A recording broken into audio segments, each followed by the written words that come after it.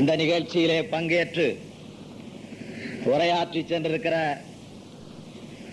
நகர கழகத்தின் செயலாளர் இனிய நண்பர் சிவபாலன் அவர்களே, நிலவள வங்கியினுடைய தலைவர் இனிய அண்ணன் நாச்சிமுத்து அவர்களே, பொதுக்குழு உறுப்பினர் ஜெயபால் அவர்களே, நெசவாளர் அணியினுடைய ஐயா சுப்பிரமணியம் அவர்களே, திருப்பூர் ஒன்றிய கழகத்தினுடைய செயலாளர் சண்முக சுந்தரம் அவர்களே,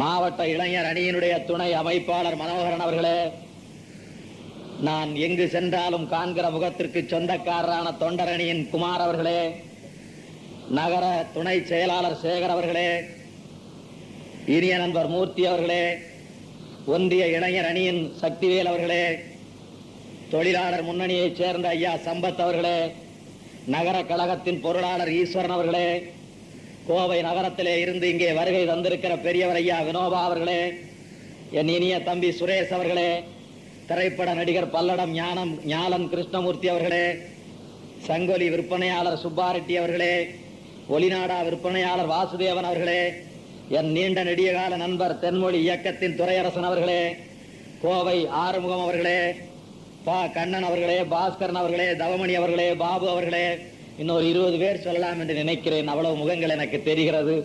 ஆனாலும் நேரம் நெருக்கடியாக இருப்பதனால் உங்கள் பெயர்கள் என் நெஞ்சத்தில் பதிவாகி இருக்கிறது என சொல்லி, பெயர்களை சொன்னால் எல்லோருடைய பெயர்களையும் சொல்லி பேசுகிற அளவுக்கு பெருமை பூண்டு கூடியிருக்கிற பேரன்பு கொண்ட பெரியோரே, என்பற்ற தாய்மாரே, நல்லிளங்காளையரே, வணக்கம். மாவட்ட செயலாளர்களின் கூட்டங்களில் அண்ணன் துரைசாமி அவர்கள் பேசுவதை நான் கேட்டிருக்கிறேன். ஏழைகளின் பக்கத்தில் எப்போதும், ஈரோட்டு பெரியாரின் பக்கத்தில் எப்போதும், எந்த இடத்திலேயும் முற்போக்கின் பக்கத்தில் எப்போதும் அவர் பேச கேட்டிருக்கிறேன். திருப்பூரிலே இருந்து ஒருவர் இப்படி என்று நான் வியப்போடு பார்த்திருக்கிறேன். இங்கே வந்து பார்த்த பிறகுதான் தெரிகிறது திருப்பூரில் எல்லாருமே அப்படித்தான் பேசுவார்கள் என்று. எனக்கு இவர்களெல்லாம் பேச கேட்ட பிறகுதான் தெரிகிறது. ஆம், திருப்பூர் அப்படிப்பட்ட நகரம்தான். என் தம்பி திலீபனின் பெயராலே மன்றம் தொடங்கிய ஊரல்லவா, சிறை கொட்டடியில் வாடிய என் தம்பி சரவணன் பிறந்த ஊரல்லவா. எனவே இந்த ஊர் அப்படித்தான் இருக்கும் என்று எனக்கு தெரிகிறது. எனக்கு எல்லா பக்கங்களிலும் அவர்கள் சொன்ன செய்தியெல்லாம் கேட்டபோது அதிலெல்லாம் ஒன்றொன்றாவது சொல்லாமா என்ற ஆசை கூட வந்துவிட்டது. நம்முடைய ஐயா சம்பத் தொடங்கி எல்லாரும் அரிய செய்திகள் எல்லாம் சொன்னார்கள். ஆனாலும் இந்த தலைப்பே மிகப்பெரிய தலைப்பு என்பதனால் வேறு தலைப்பிற்குள் போக முடியாமல் நான் திக்கி திண்டாடி கொண்டிருக்கிறேன். சின்ன பிள்ளையிலே இருந்து எதுவெல்லாம் நான் நம்பினேனோ அதையெல்லாம் நான் செய்தேன். என் பெயர் தமிழில்லை என்று சொன்னார்கள். எனக்கு சிங்காரம் என்று பெயர் வைத்திருந்தார்கள்.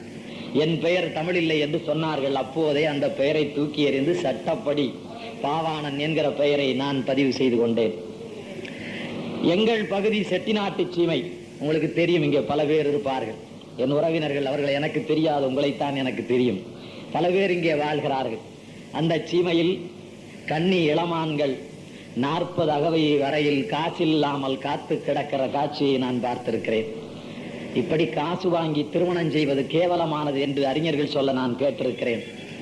உடனே நான் என்னுடைய திருமணத்தை ஒரு காசும் இல்லாமல், என் அக்காள் தங்கைக்கெல்லாம் 1.5 லட்சம் 2 லட்சம் கொடுத்து திருமணம் செய்து கொடுத்த குடும்பம் எங்கள் குடும்பம்.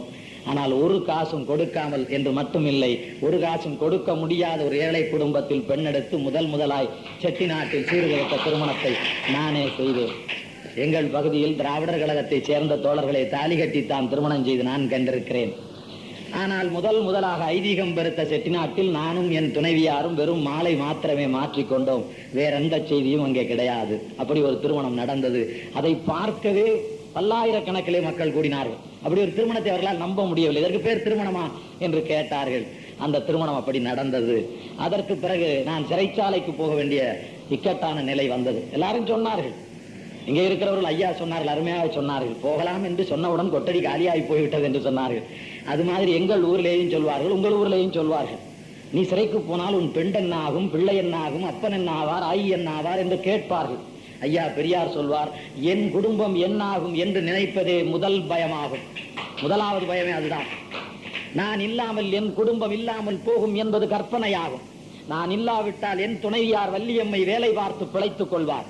நான் இல்லாவிட்டால் என் பிள்ளை புகழேந்தி வேலை பார்த்து பிழைத்துக் கொள்வான். நான் இல்லாவிட்டால் நாளை காலை அவர்கள் இறந்து போவார்கள் என்பது கற்பனையான பயமாகும். அதுவே வாழ்க்கையின் முதல் பயமாகும் என்று நான் படித்து பார்த்தேன். அந்த முதல் பயத்தை என் காலில் போட்டு மிதித்தேன். அதனாலே தான் நான் நினைத்ததை எல்லாம் சாதித்தேன். எனவே அது மாதிரி நீங்கள் செயலுக்கு வர வேண்டும் என்பதற்காகத்தான் இந்த அரிய பயிற்சி பாசறை ஏற்பாடு செய்திருக்கிறார்கள். அதில் எனக்கு உலகை குலுக்கிய புரட்சியாளர்கள் என்கிற தலைப்பு தந்திருக்கிறார்கள். புரட்சி என்றால் என்ன? புரட்சி என்றால் புரட்டி போடுவது. கீழது மேலாய் மேலது கீழாய், கீழது மேலாய் மேலது கீழாய் புரட்டி போடுவது. அதான் புரட்சி, வேற ஒன்றும் இல்லை. அந்த புரட்சி, இந்த புரட்சி என்கிற சொல் இங்கே எப்படியெல்லாம் ஆளப்படுகிறது, இந்த மண்ணில் எப்படியெல்லாம் ஆளப்படுகிறது என்று நீங்கள் பார்க்க வேண்டும். ஒரு 2 நிகழ்ச்சிகளை சொல்லி அதை நான் உங்களிடத்திலே நன்றாக தெளிவுபடுத்துகிறேன். ஒரு புரட்சி நடக்கிறது ஒரு நாட்டிலே. காட்டிலே புரட்சியாளர்கள் இருக்கிறார்கள். எல்லா நாட்டிலேயும் காட்டிலே தான் புரட்சியாளர்கள் இருப்பார்கள், அது கட்டாயம். காட்டிலே புரட்சியாளர்கள் இருக்கிறார்கள். அவர்களுக்கு உணவு கொண்டு போக ஒரு சுமையுந்து போகிறது, லாரி போகிறது. சுமையுந்துக்கு பாதை காட்ட ஒரு பெண் வருகிறாள். சுமையுந்து ஓட்டுநர் அந்த பெண்ணை ஏறிக்கொள் என்று சொல்கிறார். ஏறிக்கொள் என்று சொன்ன உடனே அந்த பெண் கதவை திற என்று சொல்கிறான். கதவை திறந்து இவள் ஏறிக்கொள்ள கூடாதா என்று அவன் கருதுகிறான். ஆனாலும் கொண்ட பணியை, இந்த பொருளை கொண்டு போய் சேர்க்கிற பணியை நிறைவேற்ற வேண்டும் என்றால் இந்த பெண் பாதை காட்ட வேண்டும். அதனாலே ஓட்டுநர் இருக்கையிலிருந்து இறங்கி வந்து கதவை திறக்கிறான்.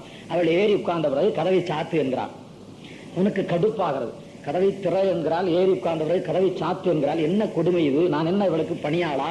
நானும் ஒரு தோழன், இவரும் ஒரு தோழி, நானும் ஒரு புரட்சிக்காரன், இவள் ஒரு வீராங்கனை, என்னை வேலை ஏவுகிறாளே என்று அவன் நினைக்கிறான்.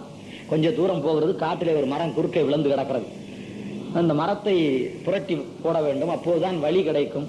நீயும் சேர்ந்து என்னோடு இந்த மரத்தை இறக்க உதவி செய்ய அந்த பெண்ணை சொன்னான். அவள் கதவை திற என்று சொன்னான். கதவை திறந்து கொண்டு இறங்கக்கூடாது என்று சொல்லி கதவை திறந்தான். அவள் வந்து புரட்டி போட்டாள். மீண்டும் ஏறுகிற போது கதவை திற என்று சொன்னால், திறந்த உடனே ஏறினான். கதவை மூடு என்று சொன்னாள்.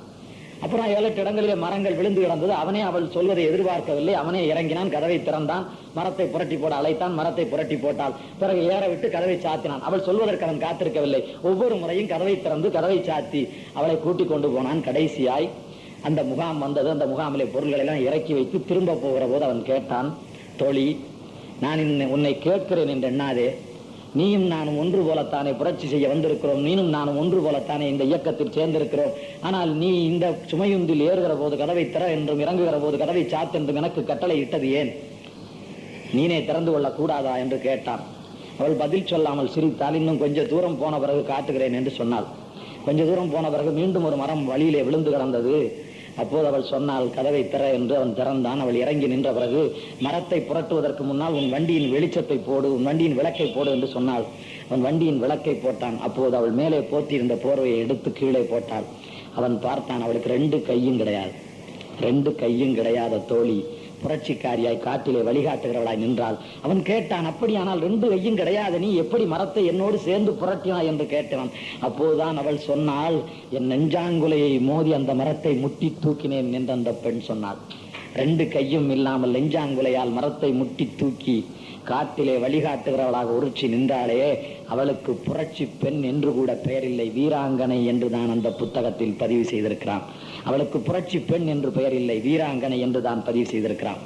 இன்னொரு புரட்சி பெண்ணை படை பிடித்து விடுகிறது. படை பிடித்து விட்ட பிறகு நாய்ச்சங்கிலி போட்டு கட்டி அந்த சங்கிலியின் மறு முனையை இன்னொரு கம்பியிலே கட்டி விட்டு அவர்கள் உணவுண்ண போகிறார்கள்.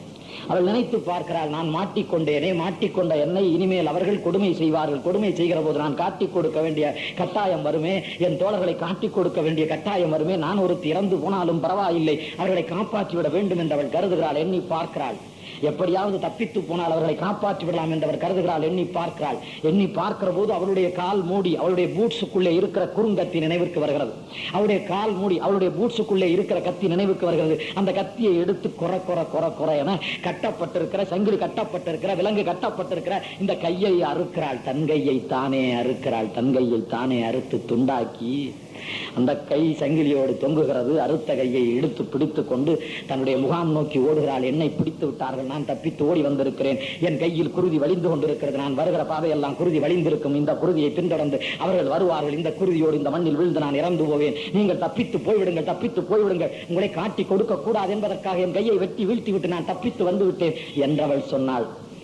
அந்த பெண்ணுக்கும் பெயர் புரட்சி பெண் என்று அல்ல, வீராங்கனை தான் என்று, வீராங்கனை என்று தான் பதிவு செய்திருக்கிறார்கள்.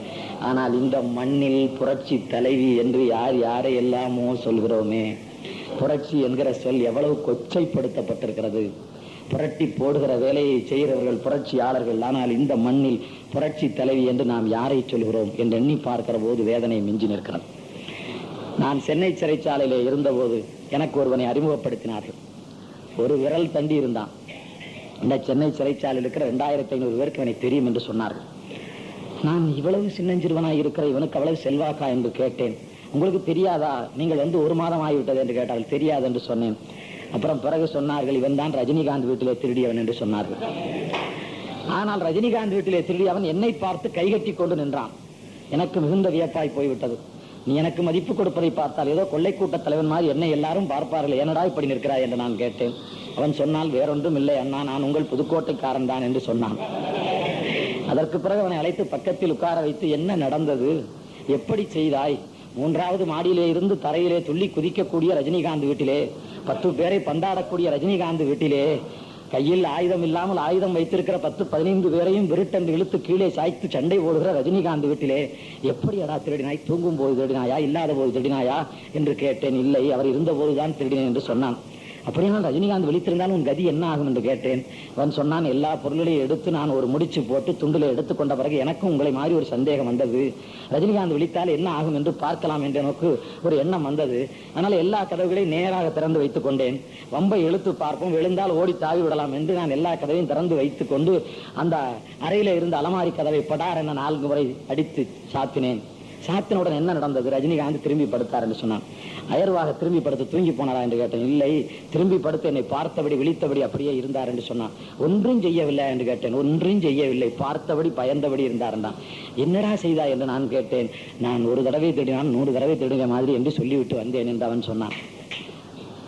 ஆனால் இன்றைக்கு தமிழர் கூட்டம், இன்றைக்கு இளைஞர் கூட்டம் அவரை மாவீரனாய் கருதுகிறதே.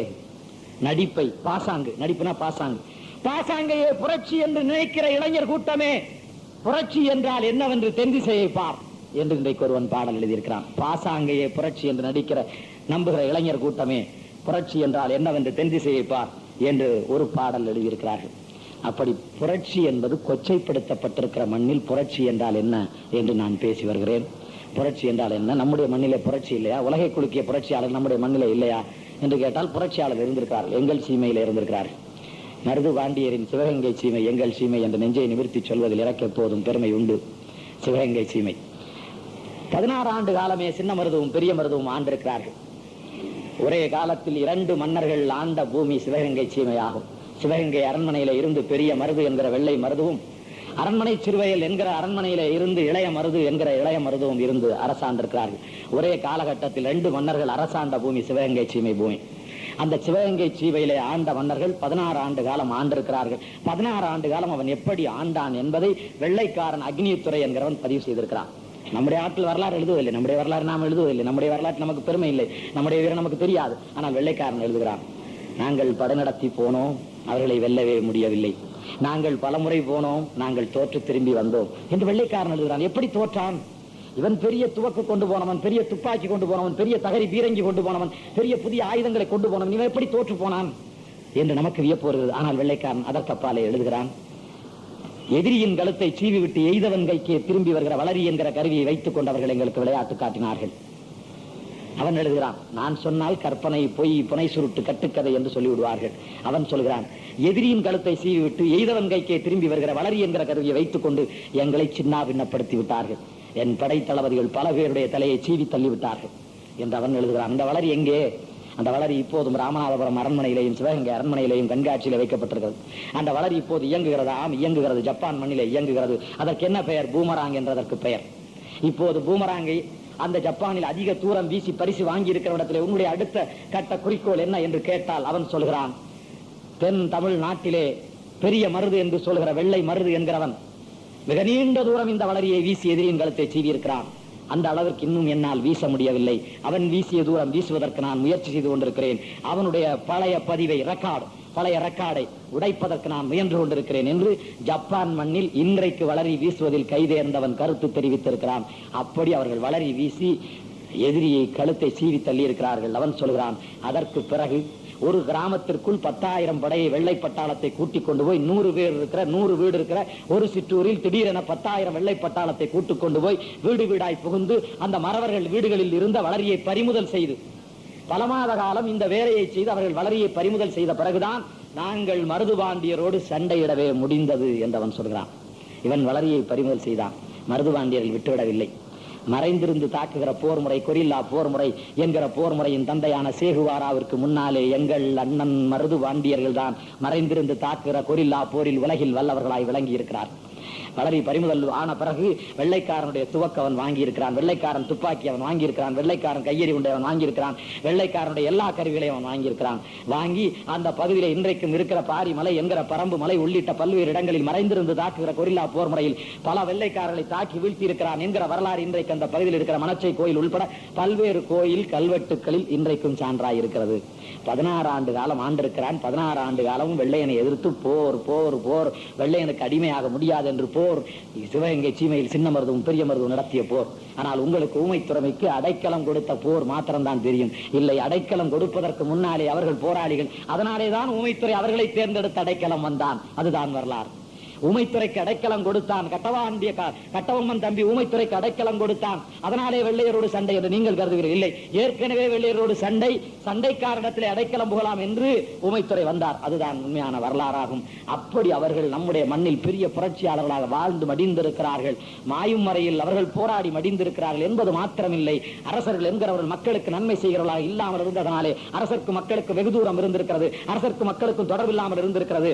ஆனால் சின்ன மருதுவும் பெரிய மருதுவும் சிறந்த நிர்வாகிகள், மிகச்சிறந்த நிர்வாகிகள், அரசர்கள், மிகச்சிறந்த நன்மை செய்த அரசர்கள். அதனால் அந்த மண்ணில் இருந்த மக்கள் அத்தனை பேரும் மருது பாண்டியர்களை தெய்வம் என தொழுதிருக்கிறார்கள். இன்னமும் மருது மருது மருது மருதப்பன் மருதப்பன் என்கிற பெயர் எங்கள் மண்ணில் எங்கும் காண கிடைக்கிறது. அப்படி அவர்கள் நல்ல மன்னர்களாக வாழ்ந்திருக்கிறார்கள், பெரும் புரட்சியாளர்கள். ஆனால் அவர்கள் வரலாறு எங்கள் மண்ணின் எல்லையோடு நின்று போனது. அது இந்திய துணைக்கண்ட எல்லை வரையிலே கூட வரவில்லை. அந்த வரலாறு உலகை குலுக்கிய வரலாறு அல்ல, உலகம் அறிந்த வரலாறு அல்ல. எனவே உலகம் அறிந்த வரலாறுகளில் ஒரு நாளைந்தை விரைவாக சொல்லி இறுதியாய் நீங்கள் என்ன எதிர்பார்ப்பீர்களோ அதை நான் சொல்வேன். முதலிலே நான் காற்றிற்குள் போனால், வவுனியா காற்றிற்குள் போனால் திரும்ப முடியாது. அதனால் முதலில் எல்லாரையும் சொல்லி இறுதியாய் நான் அந்த காற்றிற்கு உங்களை கூட்டி போவேன் என்று உறுதி கூறி நான் இப்போது உங்களிடத்திலே சொல்கிறேன். லெனின் அவரை தெரியும் உங்களுக்கு. காரல் மார்க்சுக்கு ஒரு லெனின். ஏழைகள் தான் ஏழைகளுக்கான வேலைகளை செய்வார்கள் என்கிற கதையை பொய்யாக்கி, ஏழைகள் தான் ஏழைப்படும் பாட்டை அறிவார்கள் என்கிற கதையை பொய்யாக்கி, மாட மாளிகையில் கூட கோபுரத்தில் பிறந்த மார்க்ஸ், பெரும் பணக்காரனாய் பிறந்த மார்க்ஸ், ஜென்னி என்கிற பேரழகியை திருமணம் செய்து கொண்ட மார்க்ஸ் பசித்து கிடந்தான். பசித்த வயிற்றுக்காரர்களின் பசியை போக்குவதற்காக அவன் பசித்து கிடந்தான். அவன் பலகாலம் சிந்தித்து கண்டுபிடித்து கொண்டு வந்து கொடுத்தான் மூலதனம், கொண்டு வந்து கொடுத்தான் பொது உடைமை கொள்கைகளை. வள்ளுவரும் கொடுத்தார். வாங்கி கொண்டு போய் சேர்க்க தமிழரிடத்திலே ஆள் இல்லாமல் போனது. வள்ளுவனுக்கு ஒரு லெனின் இல்லாமல் போனான். மார்க்சுக்கு ஒரு லெனின் இருந்தார். எப்படி லெனின்? லெனின் யார்? ஜார் மன்னன் என்கிறவன் தன் அண்ணனை கொன்றான் என்பதற்காக, நன்றாக கவனித்துக் கொள்ளுங்கள், ஜார் மன்னன் என்கிறவன் தன் அண்ணனை கொன்றான் என்பதற்காக லெனின் புரட்சியாளனாக மாறினான். சும்மா அல்ல தோழர்களே, தன் தாக்கம், ஐயா துரைசாமி அவர்கள் சொன்னார்களே, அது மாதிரி அவன் தாக்கப்பட்டான். அவனுடைய வாழ்வில் பாதிப்பு ஏற்பட்டது. அதனாலே தன் அண்ணன் பறிபோனான் என்பதனாலே ஜார் மன்னனை எதிர்த்து நின்றார் லெனின். ஏன் நம்முடைய மண்ணிலே கூட நேதாஜி சுபாஷ் சந்திரபோஸ், உங்கள் ரத்தத்தை தாருங்கள், இந்திய விடுதலையை நான் தருகிறேன் என்று கொட்டி முழக்கிய நேதாஜி சுபாஷ் சந்திரபோஸ் நேரடியாக அல்ல, தன் தங்கையை வெள்ளைக்காரன் ஒருவன் கற்பழித்தான் என்கிற காரணத்தாலேதான், வெள்ளையர் ஆட்சி நடக்கிற காரணத்தாலே அல்லவா என் தங்கையை இவர்கள் கற்பழித்து விட்டார்கள் என்றுதான் மூண்டெழுந்த வெஞ்சினத்தால் ஆயுதம் ஏந்தி களத்தில் இருந்தான். அவன் தங்கையை கற்பழித்த காரணத்தால் அவன் ஆயுதம் ஏந்தியது சரி என்று உலகம் ஒப்புக்கொண்டது. லெனின் அண்ணனை கொன்றதாலே ஜார் மன்னனை லெனின் கொன்றது சரி என்று இந்த உலகம் ஒப்புக்கொண்டது. காந்தி அடிகள் ஆப்பிரிக்காவிலே தொடர்வண்டியிலே போகிறார், ரயிலே போகிறார், தொடர்வண்டியிலே போகிறார். தொடர்வண்டியிலே போகிற போது வெள்ளைக்காரன் எனக்கிணையாக நீ உட்கார்வதா, என்னதான் வழக்கறிஞர் படித்திருந்தாலும் எனக்கிணையாக நீ உட்கார்வதா என்று எட்டி உதைக்கிறான். என்னை காலால் எட்டி உதைத்த வெள்ளையனே வெளியேறு என்று கொட்டி முழக்கினார் காந்தி. லெனின் அண்ணனை கொன்றார் என்பதற்காக களத்திற்கு வந்தார். யார் மன்னனை கொன்றார் அது சரி என்று உலகம் ஒப்புக்கொண்டது. நேதாஜி தங்கையை கற்பழித்தான் என்பதற்காக களத்திற்கு வந்தார், ஆயுதமேந்தி வெள்ளையனை விரட்டினார், அது சரி என்று உலகம் ஒப்புக்கொண்டது. காந்தியை கீழே எட்டி தள்ளினான் என்பதற்காக வெள்ளையனை வெளியேறு என்று காந்தி போராடினார், அது சரி என்று உலகம் ஒப்புக்கொண்டது. ஆனால் 12,000 தமிழர்களை கொன்று குவித்த ஒருவனை திருப்பி அவர்கள் கொன்றதை மாத்திரம் இந்த உலகம் ஒப்புக்கொள்ளவில்லையே. நான் உங்களை பார்த்து கேட்கிறேன், 10,000 தமிழர்களை 2,000 விடுதலை புலிகளையும் கொன்றார் இந்திய படைகளை வைத்துக் கொண்டு ராஜீவ் காந்தி. 10,000 தமிழர்களை 2,000 விடுதலை புலிகளை கொன்றார் ராஜீவ் காந்தி. 12,000 உயிர்கள் இல்லையா? 12,000 தமிழர்கள் உங்கள் உறவினர் இல்லையா? ராஜீவ் காந்தி தான் உங்கள் உறவா? ராஜீவ் காந்தி உங்கள் அண்ணனா, தம்பியா, மாமனா, மச்சானா, சின்னாயி மகனா, பெரியாயி மகனா? யார்? 12,000 பேருக்காக கண்ணீர் வடிக்காத நீங்கள் ஒருவனுக்காக கண்ணீர் வடிப்பது எப்படி சரி? 12,000 இப்படித்தானே நடந்திருக்கிறது. உலகம் பூராவும் பழிக்கு பழி வாங்கிய தகவல் வந்திருக்கிறதே என்று தமிழ் மக்கள் சிந்திக்கிறார்களே என்று நான் கேட்கிறேன். அதிலேயும் இன்னும் கொஞ்சம் விளக்கமாக கேட்கிறேன். நான் என்னுடைய செய்தி அல்ல, முதல் தகவல் அறிக்கை FIR, முதல் தகவல் அறிக்கை, காவல்துறை கொடுத்த முதல் தகவல் அறிக்கையில் இருந்து உங்களை பார்த்து கேட்கிறேன். தானு என்கிற பெண் கற்பழிக்கப்பட்டாள், சுபா என்கிற பெண் கற்பழிக்கப்பட்ட காரணத்தாலே பழிக்கு பழி வாங்குவதற்காக இங்கே வந்து களங்கண்டார்கள். அவர்கள் கொலை செய்தார்கள். Motive of murder. அவன் இவனை கொன்றதற்கு காரணம் வாய்க்கால் தகராறு. மோட்டிவ் ஆஃப் மர்டர், முன்பகை என்ன என்று எழுத வேண்டும். அப்படி இவர்கள் கற்பழிக்கப்பட்டார்கள், அதனாலே கொலை செய்தார்கள் என்று அவர்களே எழுதியிருக்கிறார்கள். நான் கேட்கிறேன், கற்பு கடம்பூண்ட பொற்புடை தெய்வம் என்று பாடுவது தமிழர்களுடைய வரலாறு. கற்பு கடம்பூண்ட பொற்புடை தெய்வம் என்று கற்பை போற்றுவது தமிழர்களுடைய வரலாறு.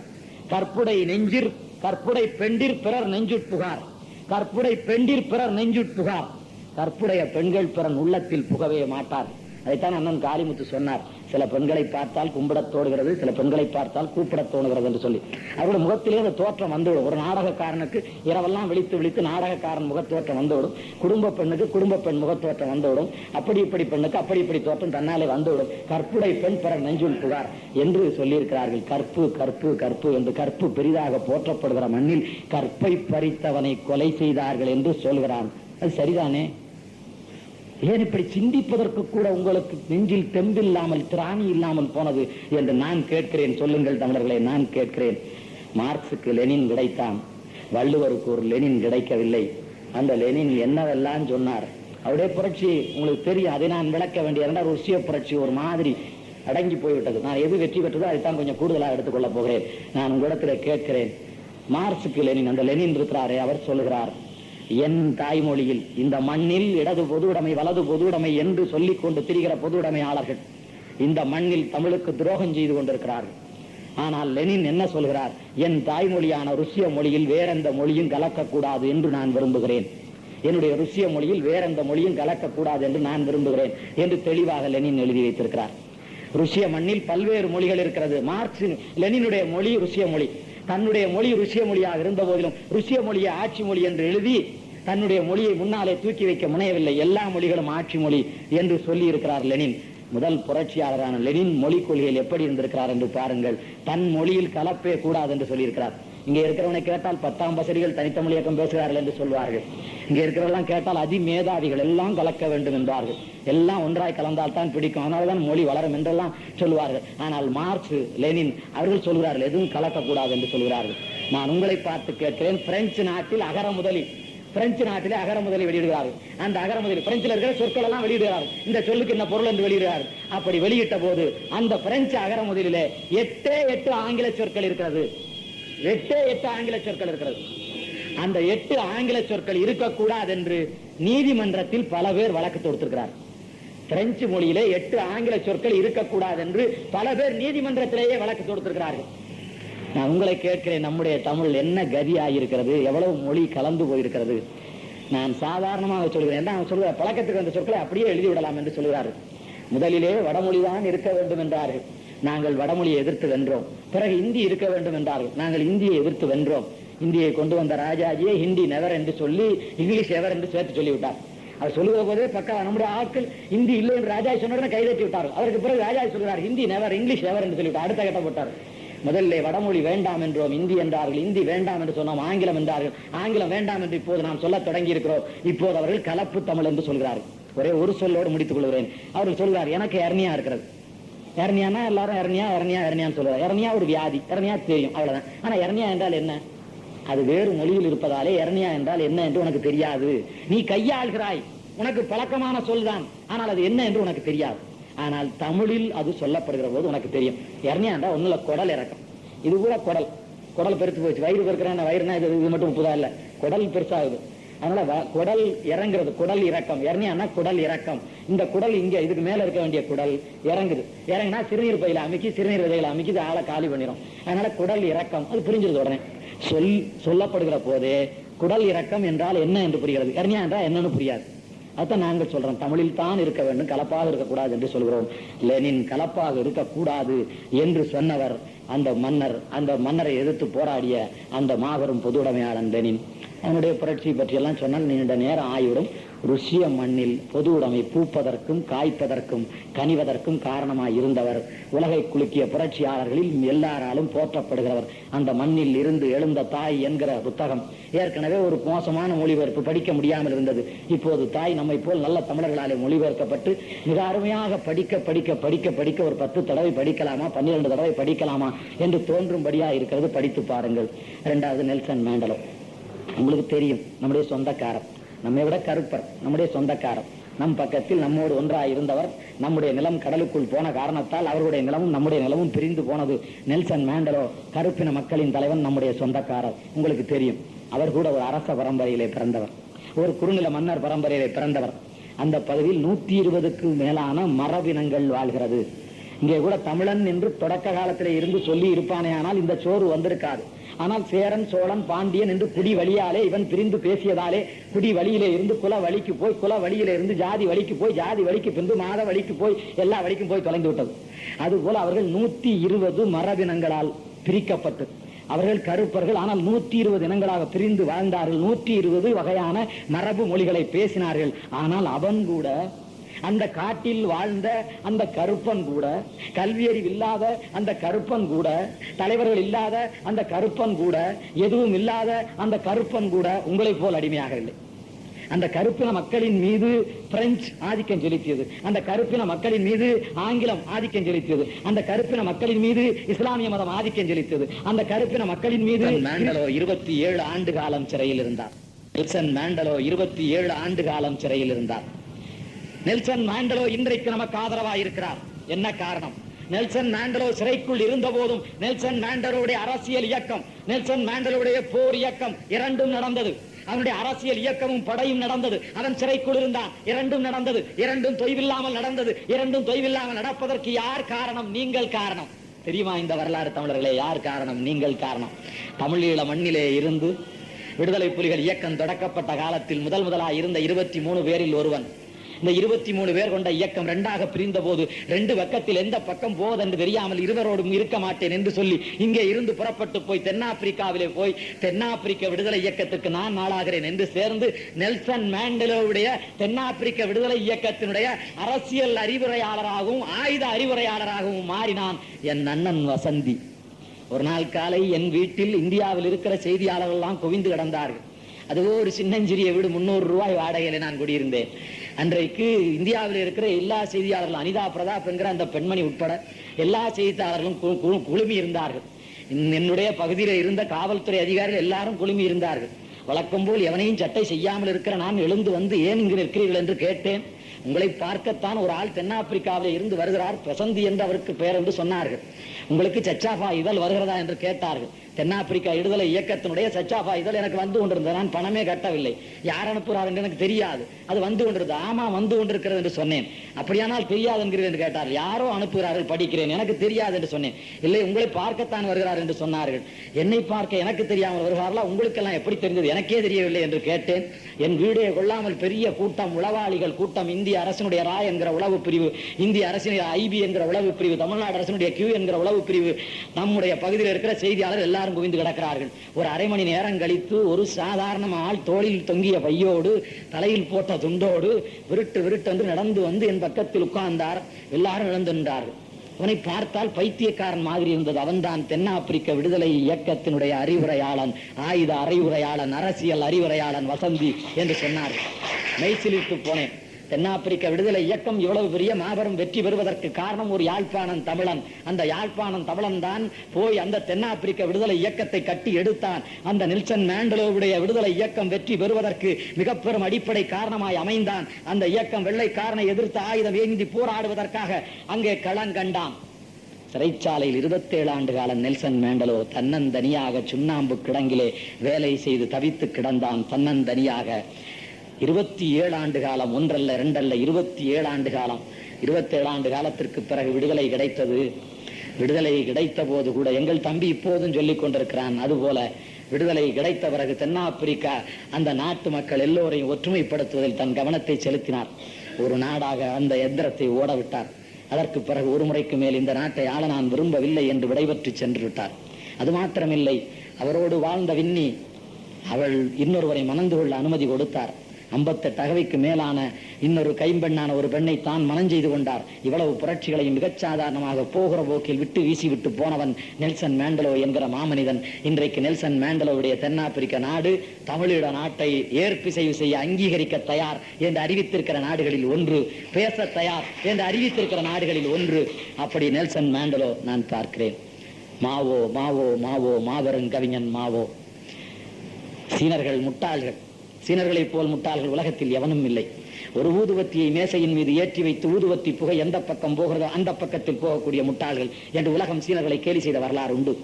சீன நாடு மிக மோசமான பஞ்சத்தில் அடிபட்டு கிடந்த நாடு. சீன நாடு உலகத்தில் அதிக மக்கள் தொகை கொண்ட நாடு. எனவே சீன நாட்டில் களவு பெருகி இருக்கிறது என்று பேசப்பட்ட காலம் உண்டு.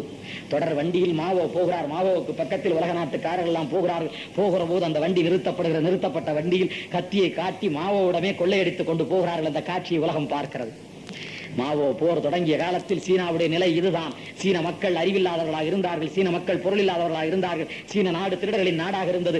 மாவோ அவருடைய நாட்டை பார்த்து உலகம் எள்ளி நகையாடியது, சிரித்தது. ஆனால் மாவோ என்கிற மாபெரும் புரட்சியாளர் 6000 தொலைவிற்கு குடியானவர்களை கூட்டிக் கொண்டு ஊர்வலமாய் வந்தார்.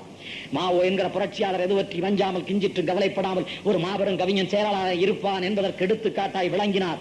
அந்த மாவோ இறுதியில் வென்றார். இறுதியில் வென்ற மாவோ ருசிய நாடு ஏன் தோற்றது, சீன நாடு ஏன் வென்றது என்று இப்போது திறனாய்வாளர்கள் ஆய்வு செய்கிறார்கள். ருசிய நாடு தோற்றதற்கு காரணம் தொழில் புரட்சியை முன்னெடுத்தது. இன்றைக்கு உங்களுக்கு தெரியும், இந்த ஊரில் 10,000 பேருக்கு வேலை கொடுக்கக்கூடிய ஒரு தொழிற்சாலை நாளை தொடங்க முடியாது. அது திட்டமிடப்பட வேண்டும், அது கட்டியமைக்கப்பட வேண்டும், அதற்கு வேண்டிய பொருள் கொண்டு வந்து கொட்டப்பட வேண்டும். இவ்வளவு வேலைகளை செய்வதற்கு ஆண்டுகள் பலவாகும். ஆனால் இங்கே இருக்கிற மனிதன் செய்கிற தொழிலில் துணை தொழில்கள் செய்கிற போது எல்லாருக்கும் விரைவாக வேலை கிடைக்கும்.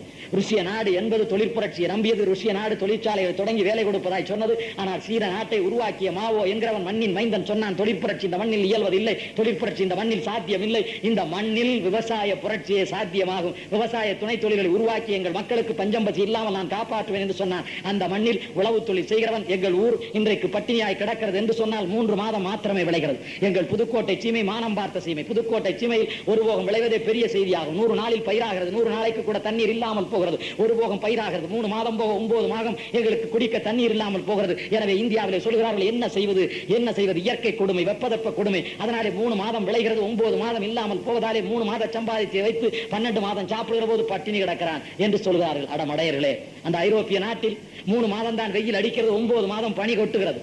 9 மாதம் பனியை வெட்டி எடுத்துத்தான் பாதை உண்டாக்க வேண்டும். வீட்டை விட்டு வெளியே வர வேண்டுமானால் அவனுடைய பாதை பனி கட்டி வெட்டித்தான் வெளியே சாலைக்கு வர வேண்டும். அப்படி பனி கொட்டுகிறது. உனக்கு வெயில் 9 மாதம் அடிக்கிறது, அவனுக்கு 9 மாதம் பனி அடிக்கிறது. ஆனால் 9 மாதம் பனி அடிக்கிற ஐரோப்பிய நாட்டுக்காரர் வளமாய் இருக்கிறார்கள், நலமாய் இருக்கிறார்கள். இயற்கையை காரணம் சொல்லவில்லை. ஆனால் நீ இயற்கையை காரணம் சொல்கிறாய் என்று நாங்கள் கேட்கிற போதுதான் அவன் சிந்திக்கிறான். அப்படி எங்கள் மண்ணிலே ஒரு 3 மாதம் தான் நாங்கள் பயிர் செய்கிறோம், மிச்ச மாதம் வருமானம் இல்லை, அதனால் பட்டினியாய் கிடக்கிறோம். உண்மைதான். ஆனால் சீன நாட்டிலே அவன் சொன்னான், இப்படி நீங்கள் பட்டினியாய் கிடக்க வேண்டியதில்லை. உழவர்கள் என்கிறவர் உழவு சார்ந்த துணை தொழில்களை, உழவு சார்ந்த துணை தொழில் என்ன? கோழி வளர்ப்பது, ஆடு வளர்ப்பது, மாடு வளர்ப்பது, கூடை பின்னுவது, கயிறு விரிப்பது என்று குடிசை தொழில்களை வளர்ப்பதனாலே, விவசாயம் சார்ந்த தொழில்களை வளர்ப்பதனாலே அந்த நாடு வளம் பெறும் என்று சொல்லி விவசாய புரட்சியை கையெடுத்தான். அதனாலே மாவோவுடைய சீன நாடு மிக வளங்கொழுந்திய நாடாக, வளம் பொருந்திய நாடாக மாறியது. ஏற்கனவே சொன்னேன், திருடர்களின் நாடாக இருந்தது என்று சொன்னேன். இதயம் பேசுகிறது மணியன் எல்லா நாட்டுக்கும் போய்விட்டு வந்து பயணக்கட்டுரை எழுதுவார். சீன நாட்டுக்கு போய்விட்டு வந்து பயணக்கட்டுரை எழுதுகிறார். பயணக்கட்டுரை என்ன எழுதுகிறார் தெரியுமா? சீனாவிற்கு போனேன், போன போது உள்ளுக்குள்ள ஒவ்வொரு நகரத்திற்கும் கூட்டி போனார்கள். என்னுடைய பெட்டி படுக்கையெல்லாம் கொண்டு போய் அறையில் வைத்துவிட்டு வெளியே சுற்றி பார்க்க போகிற போது இந்த அறையை பூட்டுவதற்கு பூட்டின் ஜாவியம் வேண்டும் என்று கேட்டேன். பூட்டின் ஜாவியம் இல்லை என்று சொன்னார்கள். பூட்டின் ஜாவியம் இல்லாவிட்டால் வெளியே போய்விட்டு நான் திரும்பி வருகிற போது யாராவது திருடிக்கொண்டால் நான் வெளியூர்காரன் என்ன செய்வேன் என்று கேட்டேன். இங்கே பஞ்சம் இல்லை, பசி இல்லை, பட்டினி இல்லை, வேலை இல்லா, திண்டாட்டம் இல்லை, அதனால் திருட்டில்லை, எவனும் திருட மாட்டான், பூட்டில்லை, சாவி இல்லை என்று சொல்லிவிட்டார்கள். அடுத்த ஊருக்கு போனேன், அதே போல சொன்னார்கள். அடுத்த ஊருக்கு போனேன், அதே போல சொன்னார்கள். இறுதியாக பீக்கிங் என்கிற அவருடைய தலைநகரத்துக்கு வந்தேன். பீக்கிங் தலைநகரத்திற்கு வந்தபோது நான் கேட்காமல் அவர்களாக பூட்டின் ஜாவியம் தந்தார்கள். மாட்டிக்கொண்டீர்களா? உங்கள் ஊரில் திருட்டில்லை என்று சொன்னீர்களே, உங்கள் தலைநகரத்தில் திருட்டு இருக்கிறதா? பூட்டின் ஜாவியம் தருகிறதா என்று நான் கேட்டேன். அவர்கள் சொன்னார்கள், உள்நாட்டில் இருக்கிற ஒவ்வொரு நகரத்திற்குள்ளும் எங்கள் நாட்டுக்காரன் மாத்திரமே இருக்கிறான், ஆனால் தலைநகரத்தில் உங்களைப் போல் பல்வேறு நாட்டுக்காரர்கள் இருக்கிறார்கள். நீங்கள் ஒருவருக்கு ஒருவர் திருடிக் கொள்ளக் கூடாது என்பதற்காக பூட்டின் ஜாவியம் தந்தோம் என்று அவர்கள் சொன்னார்கள் என்று அவன் சொன்னான். மாவோ தொடங்கிய காலத்தில் திருடர்கள் ஊரா இருந்தது. மாவோவின் இறுதி காலத்தில் மிக அருமையான ஊராக மாறியது. செய்தியாளர் கேட்டார்கள், இந்த மாற்றம் எப்படி நடந்தது என்று கேட்டார்கள். இந்த மலைப்பகுதியில் போன போதுதானே கொள்ளை நடந்தது, வாருங்கள் என்று கூட்டி போனார். அந்த தொடர் வண்டி அந்த மலைப்பகுதியின் இடையிலே போனது. இந்த இடத்திலே வருகிற போதுதானே கொள்ளை நடந்தது கேட்டார் மாவோ. ஆமாம் என்றார்கள். இதோ இந்த மலைப்பகுதியை பாருங்கள் என்று சொன்னார். அந்த மலைப்பகுதி எத்தனை அடுக்குகள் இருக்கிறதோ அத்தனை அடுக்குகளும் ஆங்காங்கு விளையக்கூடிய பயிரை அந்தந்த அடுக்குகளில் அங்கங்கே இருக்கிறவர்கள் வேலை செய்கிற காட்சியை காட்டினார். பாருங்கள், திருடர்களாய் இருந்தவர்கள் திருந்தியவர்கள் இன்றைக்கு எங்கள் நிலங்களை திருத்திக் கொண்டிருக்கிறார்கள் என்று காட்டினார். அவர்கள் ஒரு காலத்தில் திருடர்கள், இன்றைக்கு எங்கள் நிலத்தை திருத்திக் கொண்டிருக்கிறார்கள், எனவே அவர்களுக்கு இன்றைக்கு வருமானம் வருகிறது என்று காட்டினார். உலகம் வியந்தது. அவரை பார்த்து ஒரு கவிஞன், பொதுவாகவே ஒரு கவிஞன் செயலாளனாக இருக்க மாட்டான், நிர்வாகியாக இருக்க மாட்டான். ஆனால் ஒரு கவிஞன் உலகத்தில் அதிக மக்கள் தொகை கொண்ட சீன நாட்டை புரட்சி செய்து கைப்பற்றியது மாத்திரமில்லை, புரட்சி செய்து காப்பாற்றியும் இருக்கிறான். இன்னொருவன் ஓசிமின் ஓசிமின் ஓசிமின் என்று சொல்லப்படுகிற வட வியட்நாம் மண்ணில் பிறந்த ஒல்லியான உருவத்துக்கு சொந்தக்காரன். எந்நேரமும் நோய்வாய்ப்பட்டவன், காட்டில் கழனியில் இருட்டில் பணியில் இருக்க முடியாதவன். அப்படி ஒரு நோய்வாய்ப்பட்ட ஓசிமின். அவனை பார்க்க உலக செய்திக்காரெல்லாம் போனார்கள், செய்தியாளர்லாம் போனார்கள், காட்டுக்குள்ளே கூட்டி போனார்கள். எங்கே உங்கள் ஓசிமின் என்று கேட்டார்கள். ஒரு மரத்தை காட்டினான். இந்த மரத்திலே என்ன இருக்கிறது என்று கேட்டார்கள். ஒன்றும் தெரியவில்லை, ஒரு பெட்டி மாதிரி இருந்தது. எங்கே உங்கள் ஓசிமின் என்று கேட்டார்கள். அந்த மரத்தில் அந்த பெட்டிக்குள் இருந்து ஒரு மூங்கில் வெளியே நீட்டிக் கொண்டிருந்தது. எங்கே உங்கள் ஓசிமின் என்று கேட்டார்கள். இந்த பெட்டியை பாருங்கள், பெட்டிக்குள் மூங்கிலை பாருங்கள் என்றார்கள். மூங்கிலை பார்த்தார்கள். மூங்கில் உச்சிலே என்ன தொங்குகிறது பாருங்கள் என்று கேட்டார்கள். அவன் சொன்னான், ஒரு வண்ண வேட்டி தொங்குகிறது, ஒரு வண்ண துணி தொங்குகிறது என்று சொன்னான். ஓசிமின், தோழர் ஓசிமின் என்று அவர்கள் கூப்பிட்டார்கள். அவர்கள் கூப்பிட்ட உடனே அந்த குச்சி உள்ளே போனது, வண்ண வேட்டி உள்ளே போனது. உள்ளே போன பிறகு அந்த வண்ண வேட்டியை எடுத்து கட்டிக்கொண்டு ஒல்லியான உருவத்துக்கு சொந்தக்காரன் ஓசிமின் என்கிறவன் வெளியே வந்தான். உடுத்திக் கொள்ள மாற்றாடை இல்லாமல் அம்மணமாய் உள்ளே நின்றிருக்கிறான் ஓசிமின். அவனுடைய ஒரே உடை வெளியிலே துவைத்து காயவிடப்பட்டிருந்தது. அந்த குச்சியிலே காயவிடப்பட்டிருந்தது, மூங்கில் குச்சியிலே காயவிடப்பட்டிருந்தது.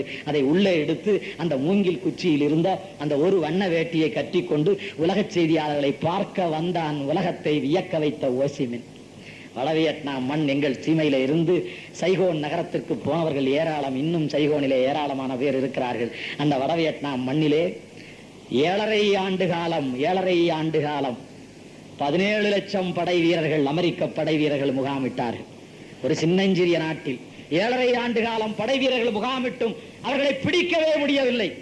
வட வியட்நாம் முழுவதிலும் எந்த பக்கம் பார்த்தாலும் வெட்டுக்கிளிகளே தெரியுமா? அவர்கள் சொன்னார்கள், இந்த வெட்டுக்கிளிகள் அமெரிக்கா யானையை வைத்து உருவகப்படுத்தப்படுவதாகும். அவர்கள் சொன்னார்கள், இந்த வெட்டுக்கிளிகள் அமெரிக்கா என்கிற யானையை என்ன செய்துவிடும் என்று கேட்டார்கள். ஓசிமின் சொன்னான், யானைகளையும் வெட்டுக்கிளிகள் வீழ்த்தும், யானைகளையும் ஒரு நாள் வெட்டுக்கிளிகள் வீழ்த்தும் என்று அஞ்சாமல் சொன்னான். வெறும் வெட்டுக்கிளிகள் திரிகிற காட்டுக்கு சொந்தக்காரன் ஓசிமின், வட வியட்நாம் சொந்தக்காரன் ஓசிமின், ஒரு நோயாளி ஓசிமின், காட்டில் வாழ தகுதியற்ற உடலுக்கு சொந்தக்காரன் ஓசிமின். அந்த மக்கள் வெறும் குடியானவர்கள். அவர்களுக்கு ஆயுதம் கையிலே தந்து கற்பித்தான். தோளிலே துணி தொங்குகிறது, துணியிலே பிள்ளை தொங்குகிறது. இந்த தோளிலே என் தாய் பிள்ளையை சுமந்து கொண்டு, இந்த தோளிலே துப்பாக்கியை சுமந்து கொண்டு அந்த மண்ணில் உழவு பார்த்தாள். அந்த மண்ணில் உழவு வேலைகளை பார்த்தார்கள். விவசாயம் நடந்தது, உழவு வேலைகள் நடந்தது. உழவு வேலை நடக்கிற அதே நேரத்தில் பிள்ளை தோளில் கிடந்தது. உழவு வேலை நடக்கிற அதே நேரத்தில் துவக்கும் தோளில் கிடந்தது. துப்பாக்கியும் தோளில் கிடந்தது, பிள்ளையும் தோளில் கிடந்தது. அந்த மண்ணில் அவர்கள் வெள்ளையர்களை எதிர்த்து போராடினார்கள், அமெரிக்காக்காரனை எதிர்த்து போராடினார்கள். மிகப்பெரிய ஆள் படை அம்பு தும்பு கொண்ட அவர்களை எதிர்த்து பல்லாண்டு காலம் போராடினார்கள்.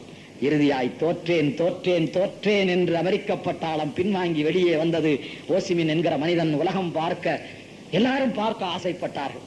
ஒரு பெரிய மேடையில் விழா ஏற்பாடு செய்யப்பட்டிருந்தது, வரவேற்பு ஏற்பாடு செய்யப்பட்டிருந்தது. ஓசிமின் வருமானா என்று பார்த்து கிடந்தார்கள். ஆனால் ஓசிமின் என்கிறவரை யாருக்கும் தெரியாது. இந்த மண்ணில் ஒன்றும் தெரியாதவன் எல்லாம் தன் படத்தை தானே அச்சிட்டு ஒட்டி கொண்டு திரிகிறான். அவன் படத்தை அவனே அச்சிட்டு ஒட்டி கொண்டு திரிகிறான். ஆனால் உலக புரட்சி செய்த ஓசிவின் படம் அந்த நாடு விடுதலை அடைந்த பிறகு கூட ஒருவனுக்கும் தெரியாது. அந்த மேடையில் ஓசிவின் ஏற்கனவே அது உட்கார்ந்திருந்த ஓசிவினை ஒலிபெருக்கிக்காரர்கள் என்று நம்பி அவர்கள் பார்க்காமல் விட்டுவிட்டார்கள். கடைசியாக ஓசிவின் வரவில்லையா என்று எல்லாரும் கூக்குரல் எழுப்பிய போது முதலில் வந்து உட்கார்ந்திருந்தவர்கள் எழுந்து நான் தான் ஓசிவின் என்று சொன்னான். நீங்கள் ஒலிபெருக்கிக்காரர்கள் என்றல்லவா நாங்கள் நினைத்திருந்தோம் என்று அவர்கள் சொன்னார்கள். அவ்வளவு பெரிய புரட்சிக்காரன் தன்னை இன்னான் இனத்தான் என்று அடையாளம் காட்டிக்கொள்ள பெருமை பீடு பேசிக்கொள்ள அவன் விரும்பாமல் கிடந்தான். இறுதியாய் சேகுவாரா அவனுக்கு மாத்திரம் தனியான, அவனுக்கு மாத்திரம் சிறப்பான, அவனுக்கு மாத்திரம் எவனுக்கும் இல்லாத பீடும் பெருமையும் உண்டு. சேகுவாரா என்கிறவன் கியூபா நாட்டில் புரட்சி செய்தவன். ஆனால் சேகுவாரா கியூபா நாட்டில் பிறந்தவன் அல்ல. சேகுவாரா என்கிறவன் கியூபா நாட்டில் புரட்சி செய்தவன். ஆனால் கியூபா நாட்டில் பிறந்தவன் அல்ல. சேகுவாரா பிறந்தது அர்ஜென்டினா நாடு. அர்ஜென்டினா நாட்டிலே பிறந்து மருத்துவனாய் எங்கள் தம்பி திலீபனை போல் மருத்துவனாய் மலர்ந்தவன் சேகுவாரா. அந்த சேகுவாரா அர்ஜென்டினா நாட்டிலே இருந்து கியூபா நாட்டு மக்களுக்காக இரக்கம் கொண்டான். கியூபா நாடு அமெரிக்காவின் காலடியில் இருக்கிற சின்னஞ்சிறு தீவு, இந்தியாவின் காலடியில் இருக்கிற சின்னஞ்சிறு நாடான தமிழீழத்தை போல் அமெரிக்காவின் காலடியில் இருக்கிற சின்னஞ்சிறு தீவு கியூபா. கியூபாவில் பெடரல் காஸ்ட்ரோ என்கிறவர் புரட்சி செய்ய தொடங்குகிறார். அந்த மண்ணில் பெரும் போர் தொடங்குகிறது. அந்த நேரத்தில் பக்கத்தில் இருந்து பார்க்கிறான் சேகுவாரா, பதைக்கிறான் சேகுவாரா, புறப்படுகிறான் சேகுவாரா, போய் சேர்கிறான் சேகுவாரா. லத்தீன் அமெரிக்க பகுதியில் அவர்கள் நிலை கொண்டிருக்கிறார்கள். அந்த நிலை கொண்டு இருக்கிற இடத்திலே சேகுவாராவும் போய் சேர்கிறான். 1956 கிரன்மா என்கிற பாய்மரக் கப்பலில், வெறும் பாய்மரக் கப்பல், 1956 கிரன்மா என்கிற பாய்மரக் கப்பலில் 82 பேர் தான் புரட்சி செய்ய கிளம்புகிறார்கள். தோழர்களே, 8000 பேர், 8 லட்சம் பேர், 8 கோடி பேர் எந்த காலத்தில் ஒரு நேரத்தில் கிளம்பியதாக வரலாறு கிடையாது. வெறும் 82 பேர் தான் சேகுவாராவும் பெடரல் காஸ்ட்ரோவும் உள்பட 82 பேர் தான் புரட்சி செய்ய கிளம்புகிறார்கள். அந்த கடலில் போன போது, அந்த கரையில் இறங்கிய போது அவருடைய சரியான களமான, அவர்களுக்கு பாதுகாப்பான இடமான சியர்ரா மாய்சுஸ்டா என்கிற இடத்திற்கு போய் சேர்வதற்குள் 62 பேர் இறந்து போனார்கள். 82 பேர் புரட்சி செய்ய புறப்பட்டு போனார்கள். கடலில் போன போது, கரையில் இறங்கிய போது, போராடி உள்ளே போன போது தங்களுக்கு பாதுகாப்பான காற்றிற்குள் நுழைவதற்குள்ளாக 62 பேர் மறைந்து போனார்கள். 20 பேர் தான் மிச்சம் இருந்தார்கள். வெறும் 20 பேர் தான் மிச்சம் இருந்தார்கள். அந்த 20 பேரும் சேர்ந்துதான் முதலாக ஒரு போரை தொடங்குகிறார்கள். 20 பேரை சேர்ந்துதான் தொடங்குகிறார்கள். அவர்களிலே 2 பேராக சேகுவாராவும் பெடரல் காஸ்ட்ரோவும் இருந்தார்கள் என்பது உலகம் அறிந்த வரலாறு. சேகுவாரா செய்த தியாகங்கள் கொஞ்சம் அல்ல. அவனும் ஒரு நோயாளி, ஒரு நோயாளியான ஒரு மருத்துவரான அந்த நாட்டுக்காரன் இல்லாத அர்ஜென்டினா நாட்டுக்காரனான சேகுவாரா கியூபாவிற்கு வருகிறான். முதலாக உலகத்தில் மிகப்பெரிய வீச்சில் மறைந்திருந்து தாக்குகிற போர் முறையை, கொரில்லா போர் முறையை அவனே கையாண்டான். ஒரு பெரிய படையை எதிர்த்து உடனடியாக போராடிவிட முடியாது. 1 லட்சம் கட்டுமானம் கொண்ட படையை எதிர்த்து நாளைக்கே நான் புரட்சி செய்துவிட முடியாது. 1 லட்சம் படையை எதிர்த்து நான் புரட்சி செய்ய வேண்டுமானால் நான் மறைந்திருந்து தாக்கித்தான் வளர்ந்து பிறகு இறுதியாக நேரடி போருக்கு வர வேண்டும் என்கிற முறையை அவன் கண்டான். முதலாக அவன் இந்த போர் தொடுத்த போது, நான் உங்களை பார்த்து கேட்கிறேன், பொதுவுடைமையாளர்களை கேட்கிறேன், பொதுவுடைமை உலகம் அவனை ஒப்புக்கொள்ளவில்லை. ஒரு பொதுவுடைமை புரட்சியாளரான சேகுவாராவை, ஒரு பொதுவுடைமை புரட்சியாளரான பெடரல் காஸ்ட்ரோவை, ஏன் இன்றைக்கு வரைக்கும் பொதுவுடைமை அழியாமல் இருக்கிற ஒரே நாட்டுக்கு சொந்தக்காரனான கியூபா நாட்டு சொந்தக்காரனான பெடரல் காஸ்ட்ரோவை, அந்த புரட்சி செய்த சேகுவாராவை பொதுவுடைமை இயக்கங்கள் அங்கீகரிக்கவில்லை. இவர்கள் வெறும் சாகசக்காரர்கள், இவர்கள் வெறும் வீண் பெருமை பேசுகிறவர்கள், இவர்கள் திடீரென ஒரு தாக்குதல் நடத்தி பெருமை பேசுகிறவர்கள், வீண் பெருமை பேசுகிறவர்கள், தற்பெருமை பேசுகிறவர்கள் என்றுதான் பழித்தார்கள், இழித்தார்கள். அவர்களே ஏற்றுக்கொள்ளவில்லை. ஆனால் சேகுவாரா திட்டமிட்டார். மிகப்பெரிய அமெரிக்கா, தலைக்கு மேலே உட்கார்ந்திருக்கிற அமெரிக்கா, 8000 கோடி படை வைத்துக் கொண்டிருக்கிற அமெரிக்கா, 8000 அணுக்குண்டு வைத்துக் கொண்டிருக்கிற அமெரிக்கா, ஆழ்படை அம்புதும்புகளை வைத்துக் கொண்டிருக்கிற அமெரிக்கா, உலகத்தின் அடியாளான அமெரிக்கா, அதனை எதிர்ப்பேன் என்றதன் காலடியில் ஒரு சின்னஞ்சிறு தீவுக்காரன், சின்னஞ்சிறு நாட்டுக்காரனாகிய இவர்கள் 2 பேரும் கருதி போரை தொடங்கினார். இந்த போர் நடந்தது. மக்கள் ஆதரவு இருந்தது. அவர்கள் மறைந்திருந்து தாக்கினார்கள், நேரடியாக தாக்கினார்கள், இறுதியாக வெற்றி பெற்றார். ஆனால் பெடரல் காஸ்ட்ரோ இன்றைக்கு வரைக்கும் அந்த நாட்டை ஆண்டு கொண்டிருக்கிறார். அந்த விடுதலைக்கு பிறகு இன்றைக்கு வரைக்கும் ஆண்டு கொண்டிருக்கிறார். ஆனால் அதற்கு காரணமான மறைந்திருந்து தாக்குகிற கொரில்லா போர் முறையை கண்டுபிடித்து கையில் கொடுத்த, அதனை நிர்வாகப்படுத்திய சேகுவாரா, மறைந்திருந்து தாக்குகிற கொரில்லா போர் முறையை கண்டுபிடித்து கையில் கொடுத்த, அதனை நிர்வாகப்படுத்திய சேகுவாரா, அந்த மண்ணில் முதலாய் அரசமைந்த போது பொருளியல் அமைச்சராய் அமர்ந்த சேகுவாரா, அமைச்சராய் ஆன பிறகும் ஒரு நாளைக்கு கரும்பு தோட்டத்தில் 4 மணி நேரம் வேலை செய்தான். கேட்டது உலகம், எப்படி இது இயல்வதாகும்? மந்திரியாய் ஆன பிறகு ஒரு நாளைக்கு 4 மணி நேரம் வேலை செய்ய முடியுமா சேகுவாரா என்று கேட்டார்கள். நேரம் இருக்கிறது, வேலை செய்கிறேன் என்று சொன்னான். ஆனால் நம் மந்திரிமார்களுக்கு நேரம் இல்லையே. 4 மணி நேரம் உடல் உழைப்பு செய்ய நேரம் இருக்கிறது என்று சொன்னான். உடல் உழைப்பு இல்லாமல் உண்டு கொடுப்பது தவறு என்றும் சொன்னான். உடல் உழைப்பு இல்லாமல் உண்டு கொடுப்பது தவறு என்றும் சொன்னான். மூளை உழைப்பு செய்கிறீர்களே சேகுவாரா என்று கேட்டார்கள். மூளை உழைப்பு செய்தாலும் உடல் உழைப்பு செய்ய வேண்டியது இன்றியமையாததாகும். உடல் உழைப்பு செய்யாமல் உண்டு கொடுப்பது தவறு என்று சொன்னான். ஒரு நாளைக்கு 4 மணி நேரம் உடல் உழைப்பு செய்தான். கரும்பு தோட்டில் கரும்பு வெட்டுகிற தொழிலாளியாக ஒரு நாளைக்கு 4 மணி நேரம் வேலை செய்தான். அப்படியானால் பொருளியல் அமைச்சர்கள் என்ன செய்தான்? அதில் உலகம் இயக்கிற வகையில் மிகப்பெரிய சாதனைகள் புரிந்தான். அமெரிக்காவை திகைத்து போனது. அந்த நாட்டினுடைய பொருளாதாரத்தை பலமாக கட்டி எழுப்பி பலமுறை அமெரிக்காவை ஏமாற்றி கியூபா நாட்டினுடைய பொருளாதார வளர்ச்சிக்கு அவனே காரணமாக இருந்தான். ஆனால் ஒரு காலகட்டம் வரையிலே அவன் இந்த பணியை செய்தான். வரியார் கொன்றீவரே ஈகை மற்றெல்லாம் குறியதற்கு என்று சொல்கிறார்களே, அதுபோல கியூபா நாடு வறுமையில் இருந்த போது, கியூபா நாடு தாழ்ந்து கிடந்த போது அதை உயர்த்துவதற்கு அவன் பாடுபட்டான். கியூபா வளர்ந்த பிறகு அங்கே இருந்து பொலிவியா என்கிற நாட்டுக்கு போய்விட்டான். அங்கே இருந்து வட வியட்நாமுக்கு போனான். உலகத்தில் எங்கெங்கெல்லாம் புரட்சி நடக்கிறதோ அங்கெங்கெல்லாம் என் பங்கு இருக்கும் என்று சொல்லி சேகுவாரா அந்த நாடுகளுக்கெல்லாம் போனான். அந்த அமெரிக்க நாட்டில் இறுதியாக இறந்து போனான் என்பதும், அவன் இறந்து பல்லாண்டு காலம் வரையில் அவன் என்ன ஆனான் என்பது யாருக்கும் தெரியாமல் இருந்தது என்பதும், அதற்கு பிறகு அவன் இறந்த உடல் தோண்டி எடுக்கப்பட்டு அவனுடைய எலும்புக்கூடு கொண்டு வரப்பட்டு கியூபா நாடு முழுவதும் மரியாதை செலுத்தப்பட்டது என்பதும் வரலாறாகும். சேகுவாரா சேகுவாரா சேகுவாரா என்கிற மாமனிதன் 36 அகவையில் 8/10/1967 மறைந்து போனான். 36 அகவையில் 8/10/1967 இறந்து போனான். பொலிவியா லத்தீன் அமெரிக்க நாடு, அந்த நாட்டில் சின்னஞ்சிறு நாட்டில் அப்போது கூட புரட்சியை அவன் தொடங்குகிற நேரத்தில் காட்டி கொடுக்கப்பட்டு சுட்டு தள்ளப்பட்டு புதைக்கப்பட்டானே தவிர அவன் திட்டம் தவறாகி அவன் ஒன்றும் மாட்டிக்கொள்ளவில்லை. நுழைந்த வேகத்திலேயே காட்டி கொடுத்து தொலைத்து விட்டார்கள். இறந்து போனான் சேகுவாரா. இத்தனை பேரையும் உங்களிடம் சொன்னேன்.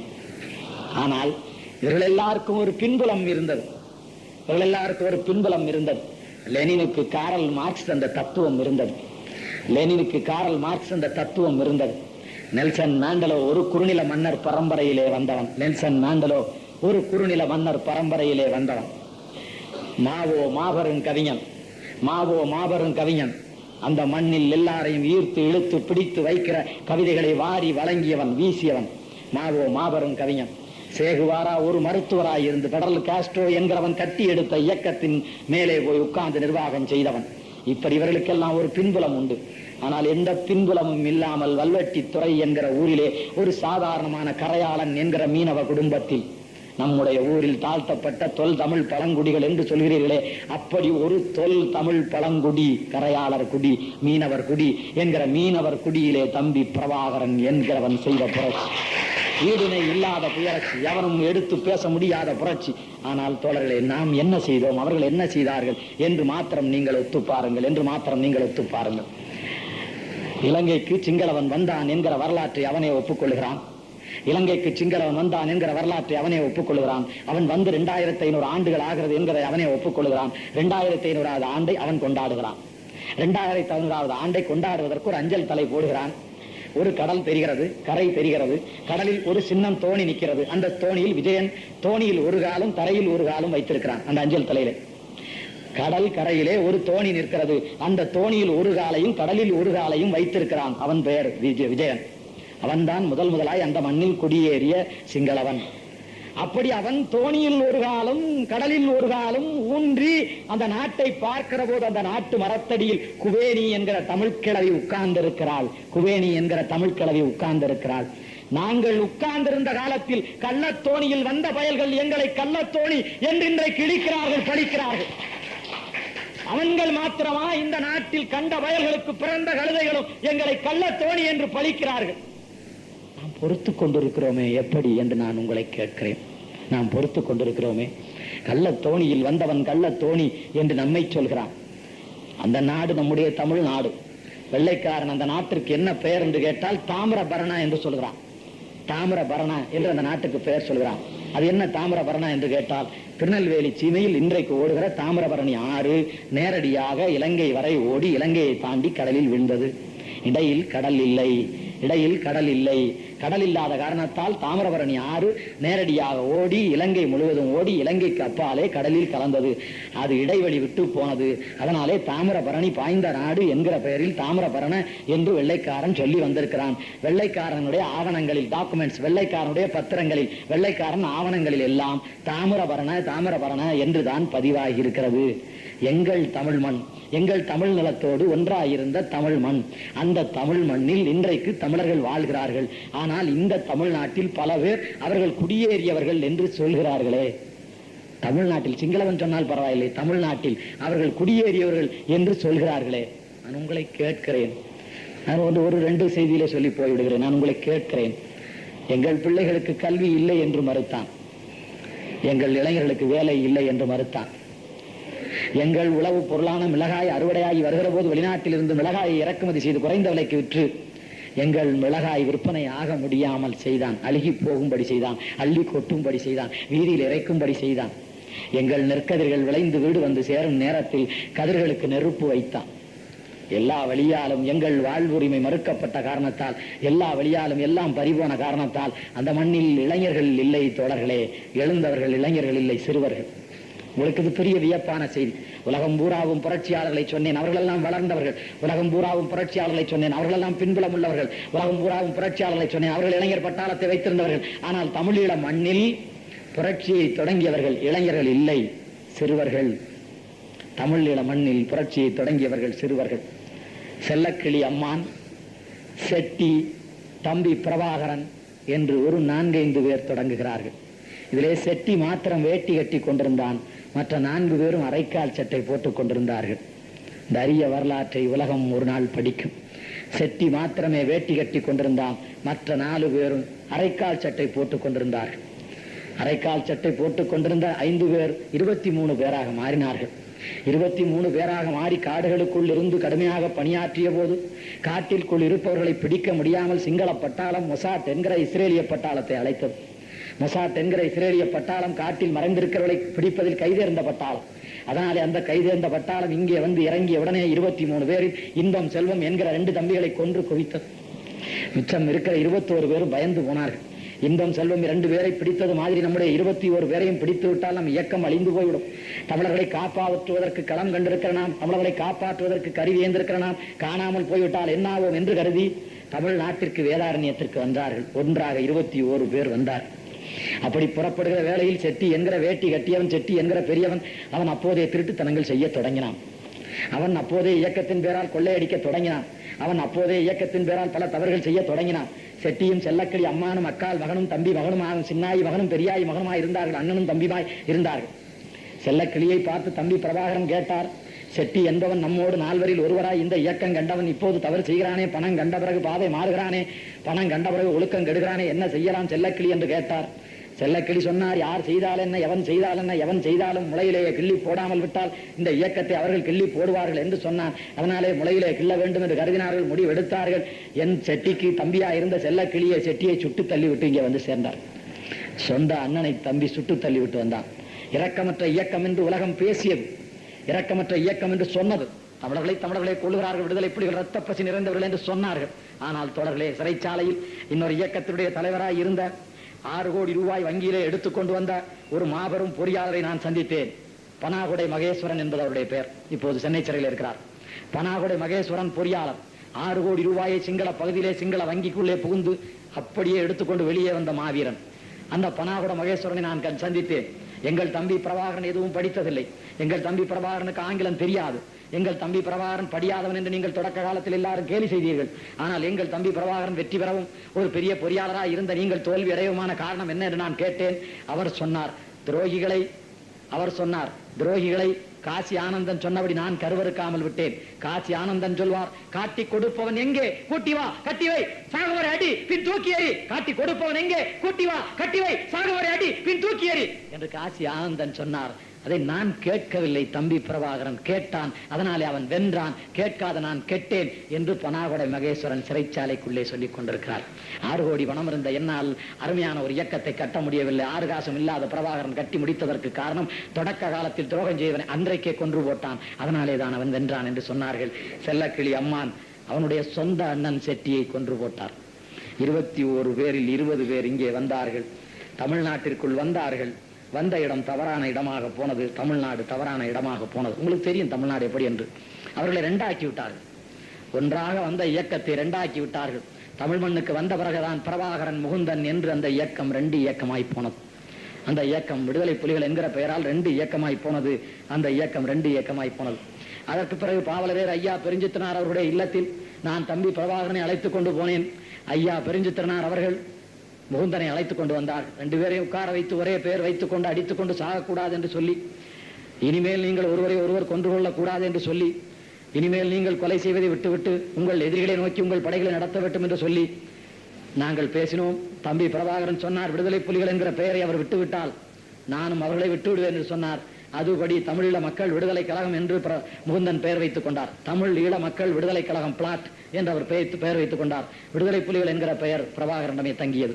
தமிழீழ மக்கள் விடுதலை கழகம் பிளாட், அதிலே இருந்து ENDLF என்கிற இயக்கம் பிறந்தது, EPRLF என்கிற இயக்கம் பிறந்தது. இப்படி பல்வேறு இயக்கங்கள் துண்டு துணுக்குகளாக பிறந்தன. ஆனால் விடுதலை புலிகள் இயக்கம் என்கிற இயக்கம் பிரபாகரன் தலைமையிலே அந்த இயக்கம் கொண்ட நோக்கம் தவிர வேற எந்த நோக்கமும் இல்லாமல் இருந்தது. வெண்சுருட்டு பிடிக்கக்கூடாது. வெண்சுருட்டு உங்களுக்கு தெரியும், இலை சுருட்டு பீடி, வெண்சுருட்டு சிகரெட். வெண்சுருட்டு பிடிக்கக்கூடாது. சட்டை பொத்தானை அவிழ்த்து விட்டு கொண்டு திரியக்கூடாது. கழுத்து பொத்தான் வரையிலே சரியாக போட வேண்டும். சட்டை பொத்தானை அவிழ்த்து விட்டு கொண்டு திரியக்கூடாது. இளம் பெண்களை கேலி பேசி திரியக்கூடாது. பெரியவர்களை மதியாமல் திரியக்கூடாது. அப்படியெல்லாம் திரிந்தால் இயக்க உடுப்பு உடுத்தக்கூடாது என்று மிக கடுமையான கட்டுப்பாடுகளை அவர்கள் வைத்திருந்தார். கோடிக்கணக்கான பணம் அந்த இயக்கத்தில் புழங்குகிறது. ஆனால் காசும் கணக்கெழுதாமல் அதில் எவனும் எதுவும் செய்ய முடியாது. பணத்தை எவன் கையாளுகிற போதும் தவறாக கையாண்டால் அவனுக்கு கொலை தண்டன் தவிர வேறு தண்டனை கிடையாது. இயக்கத்தை விட்டு இயக்கத்தில் சேர்கிற போது மரணம் ஒன்றே என்று எழுதி கொடுத்து சேர வேண்டும்.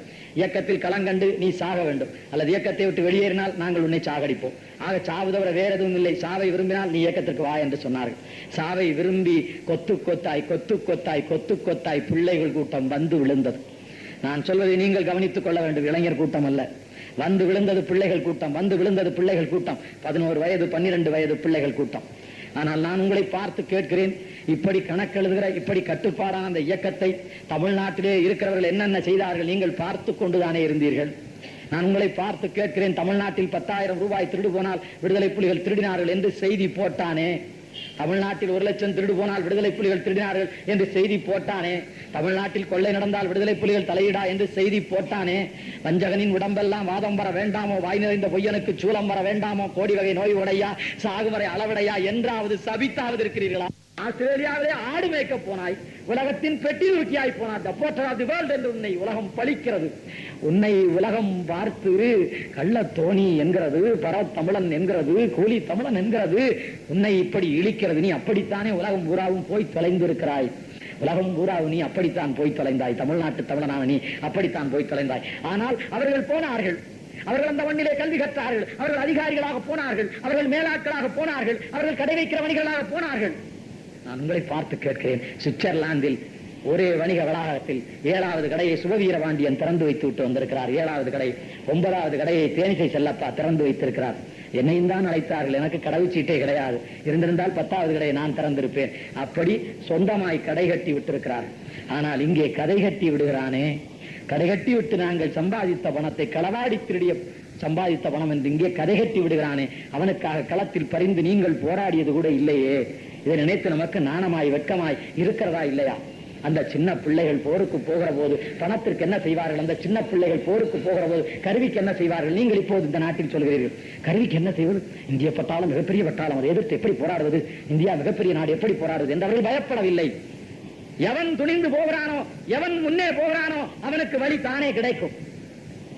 துணிந்தவனுக்கு எல்லாம் கிடைக்கும் என்பது அவர்கள் கண்கூடாக கண்ட உண்மை. முதலாக அவர்கள் மறைந்திருந்து தாக்கி அரசின் ஆயுதங்களே எடுத்துக்கொண்டு வந்தார்கள். ஒரு ஆயுத கிடங்களே 5 பேர் காவல் காக்கிறார்கள். ஒரு 15 பேர் போய் திடீரென அமுக்கி 5 பேரையும் கட்டி போட்டு அங்கே இருந்து ஆயுத கிடங்களை அள்ளி கொண்டு வந்தார். பணம் எப்படி வரும்? சிங்கள நாட்டில் இருந்த பெரிய வங்கிகளில் திடீரென இரவில் போய் புகுந்து கோடியாய் பணங்களை கொண்டு வந்தார்கள். பணம் வந்தது, ஆயுதம் வந்தது, இன்னும் வந்தது. வேடிக்கையாய் சொல்லவா, இந்திய படை இங்கே இருந்து போனது. 1 லட்சம் பேர் போனார்கள். 30 பேருக்கு ஒருவர் மேனி போனார்கள். இங்கே நம்முடைய ஊரிலே 30 கிராமங்களுக்கு ஒரு காவல்துறை இருக்கிறதற்கே பயப்படுகிறார்கள். ஆனால் 30 பேருக்கு ஒரு இந்திய படை போனது. இந்திய படை போன போது மெல்ல பேசி தம்பியின் கையில் இருந்த ஆயுதங்களை எல்லாம் பறிமுதல் செய்து கொண்டது. ஆயுதங்களே இல்லாமல் இருந்த நிலையில் தம்பி இந்தியாவோடு போர் என்று அறிவித்தார். இந்தியாவோடு ஆயுதங்கள் கையில் இல்லாமல் போர் என்று அறிவித்தார். அங்கே இங்கே திரட்டி ஆயுதங்களை வாங்கி மறைந்திருந்து மீண்டும் போர் தொடங்கினார்.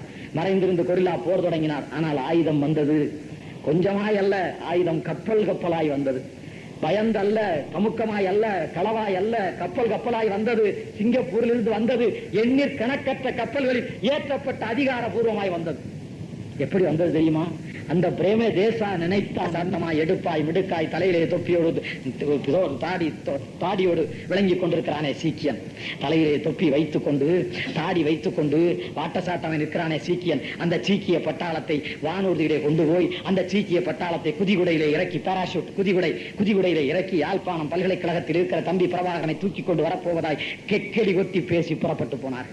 யாழ்ப்பாணம் பல்கலைக்கழகத்தில் தம்பி பிரபாகருடைய தலைமையகம் இருக்கிறது. தம்பி பிரபாகரன் இருக்கிற யாழ்ப்பாணம் பல்கலைக்கழகத்தை சுற்றி 200 பேர் குதிகுடையில 200 பேர் பாராசூட்டிலே குதித்து பிரபாகரனை அப்படியே தூக்கி வானூரியிலே கொண்டு வரப் போகிறோம் என்று சொல்லி போனார்கள். திட்டமிட்டு போனார்கள், வானூரியில் போனார்கள், குதிகுடையில் குதித்தார்கள், தூக்கி கொண்டு வருவார்கள் என்று பார்த்தார்கள். மேலே இருந்து தூக்கி கொண்டு வந்தார்கள் சீக்கியர்களை. மேலே இருந்து குதித்த சீக்கியர்கள் கீழே போய் சேர்வதற்கு முன்னால் பிள்ளைகள் சுட்டு தள்ளி விட்டார்கள். தூக்கி கொண்டு வரப்போன சீக்கியர்களை எங்கள் பிள்ளைகள் தூக்கி கொண்டு வந்தார்கள். முதலாவது அதிர்ச்சி அவனுக்கு. இரண்டாவது, அவனுடைய படை போய் இறங்கியது. இந்திய பட்டாளம் இறங்கியது, மிகப்பெரிய பட்டாளம் இறங்கியது. இவ்வளவு பெரிய பட்டாளத்தை வெற்றி பெற முடியாது என்று உலகமே கணக்கிட்டது.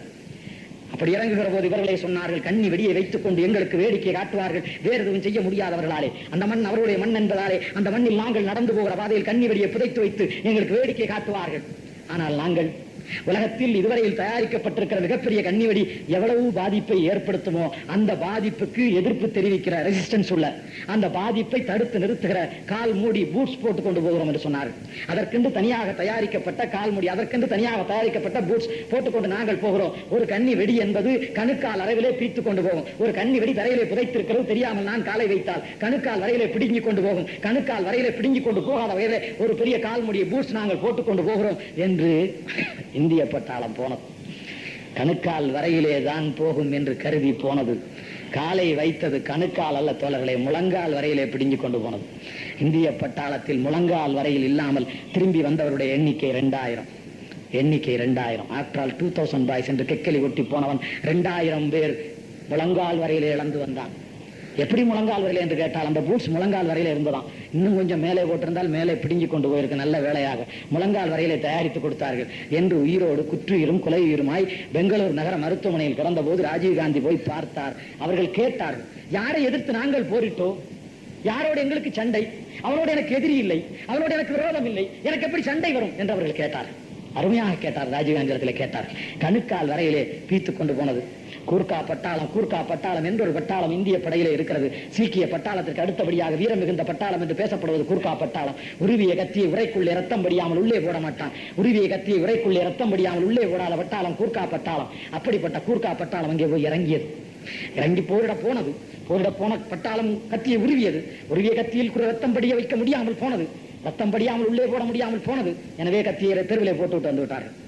உருவிய கத்தியை ரத்தம் படியாமல் உள்ளே போட முடியாமல் கூர்க்காக்கள் அவர்கள் பிறந்த பிறகு அவர்கள் வாழ்நாளில் முதலாய் கத்தியை தெருவில் எறிந்து விட்டு வந்த நாடு தமிழ் ஈழ நாடு மாத்திரமே.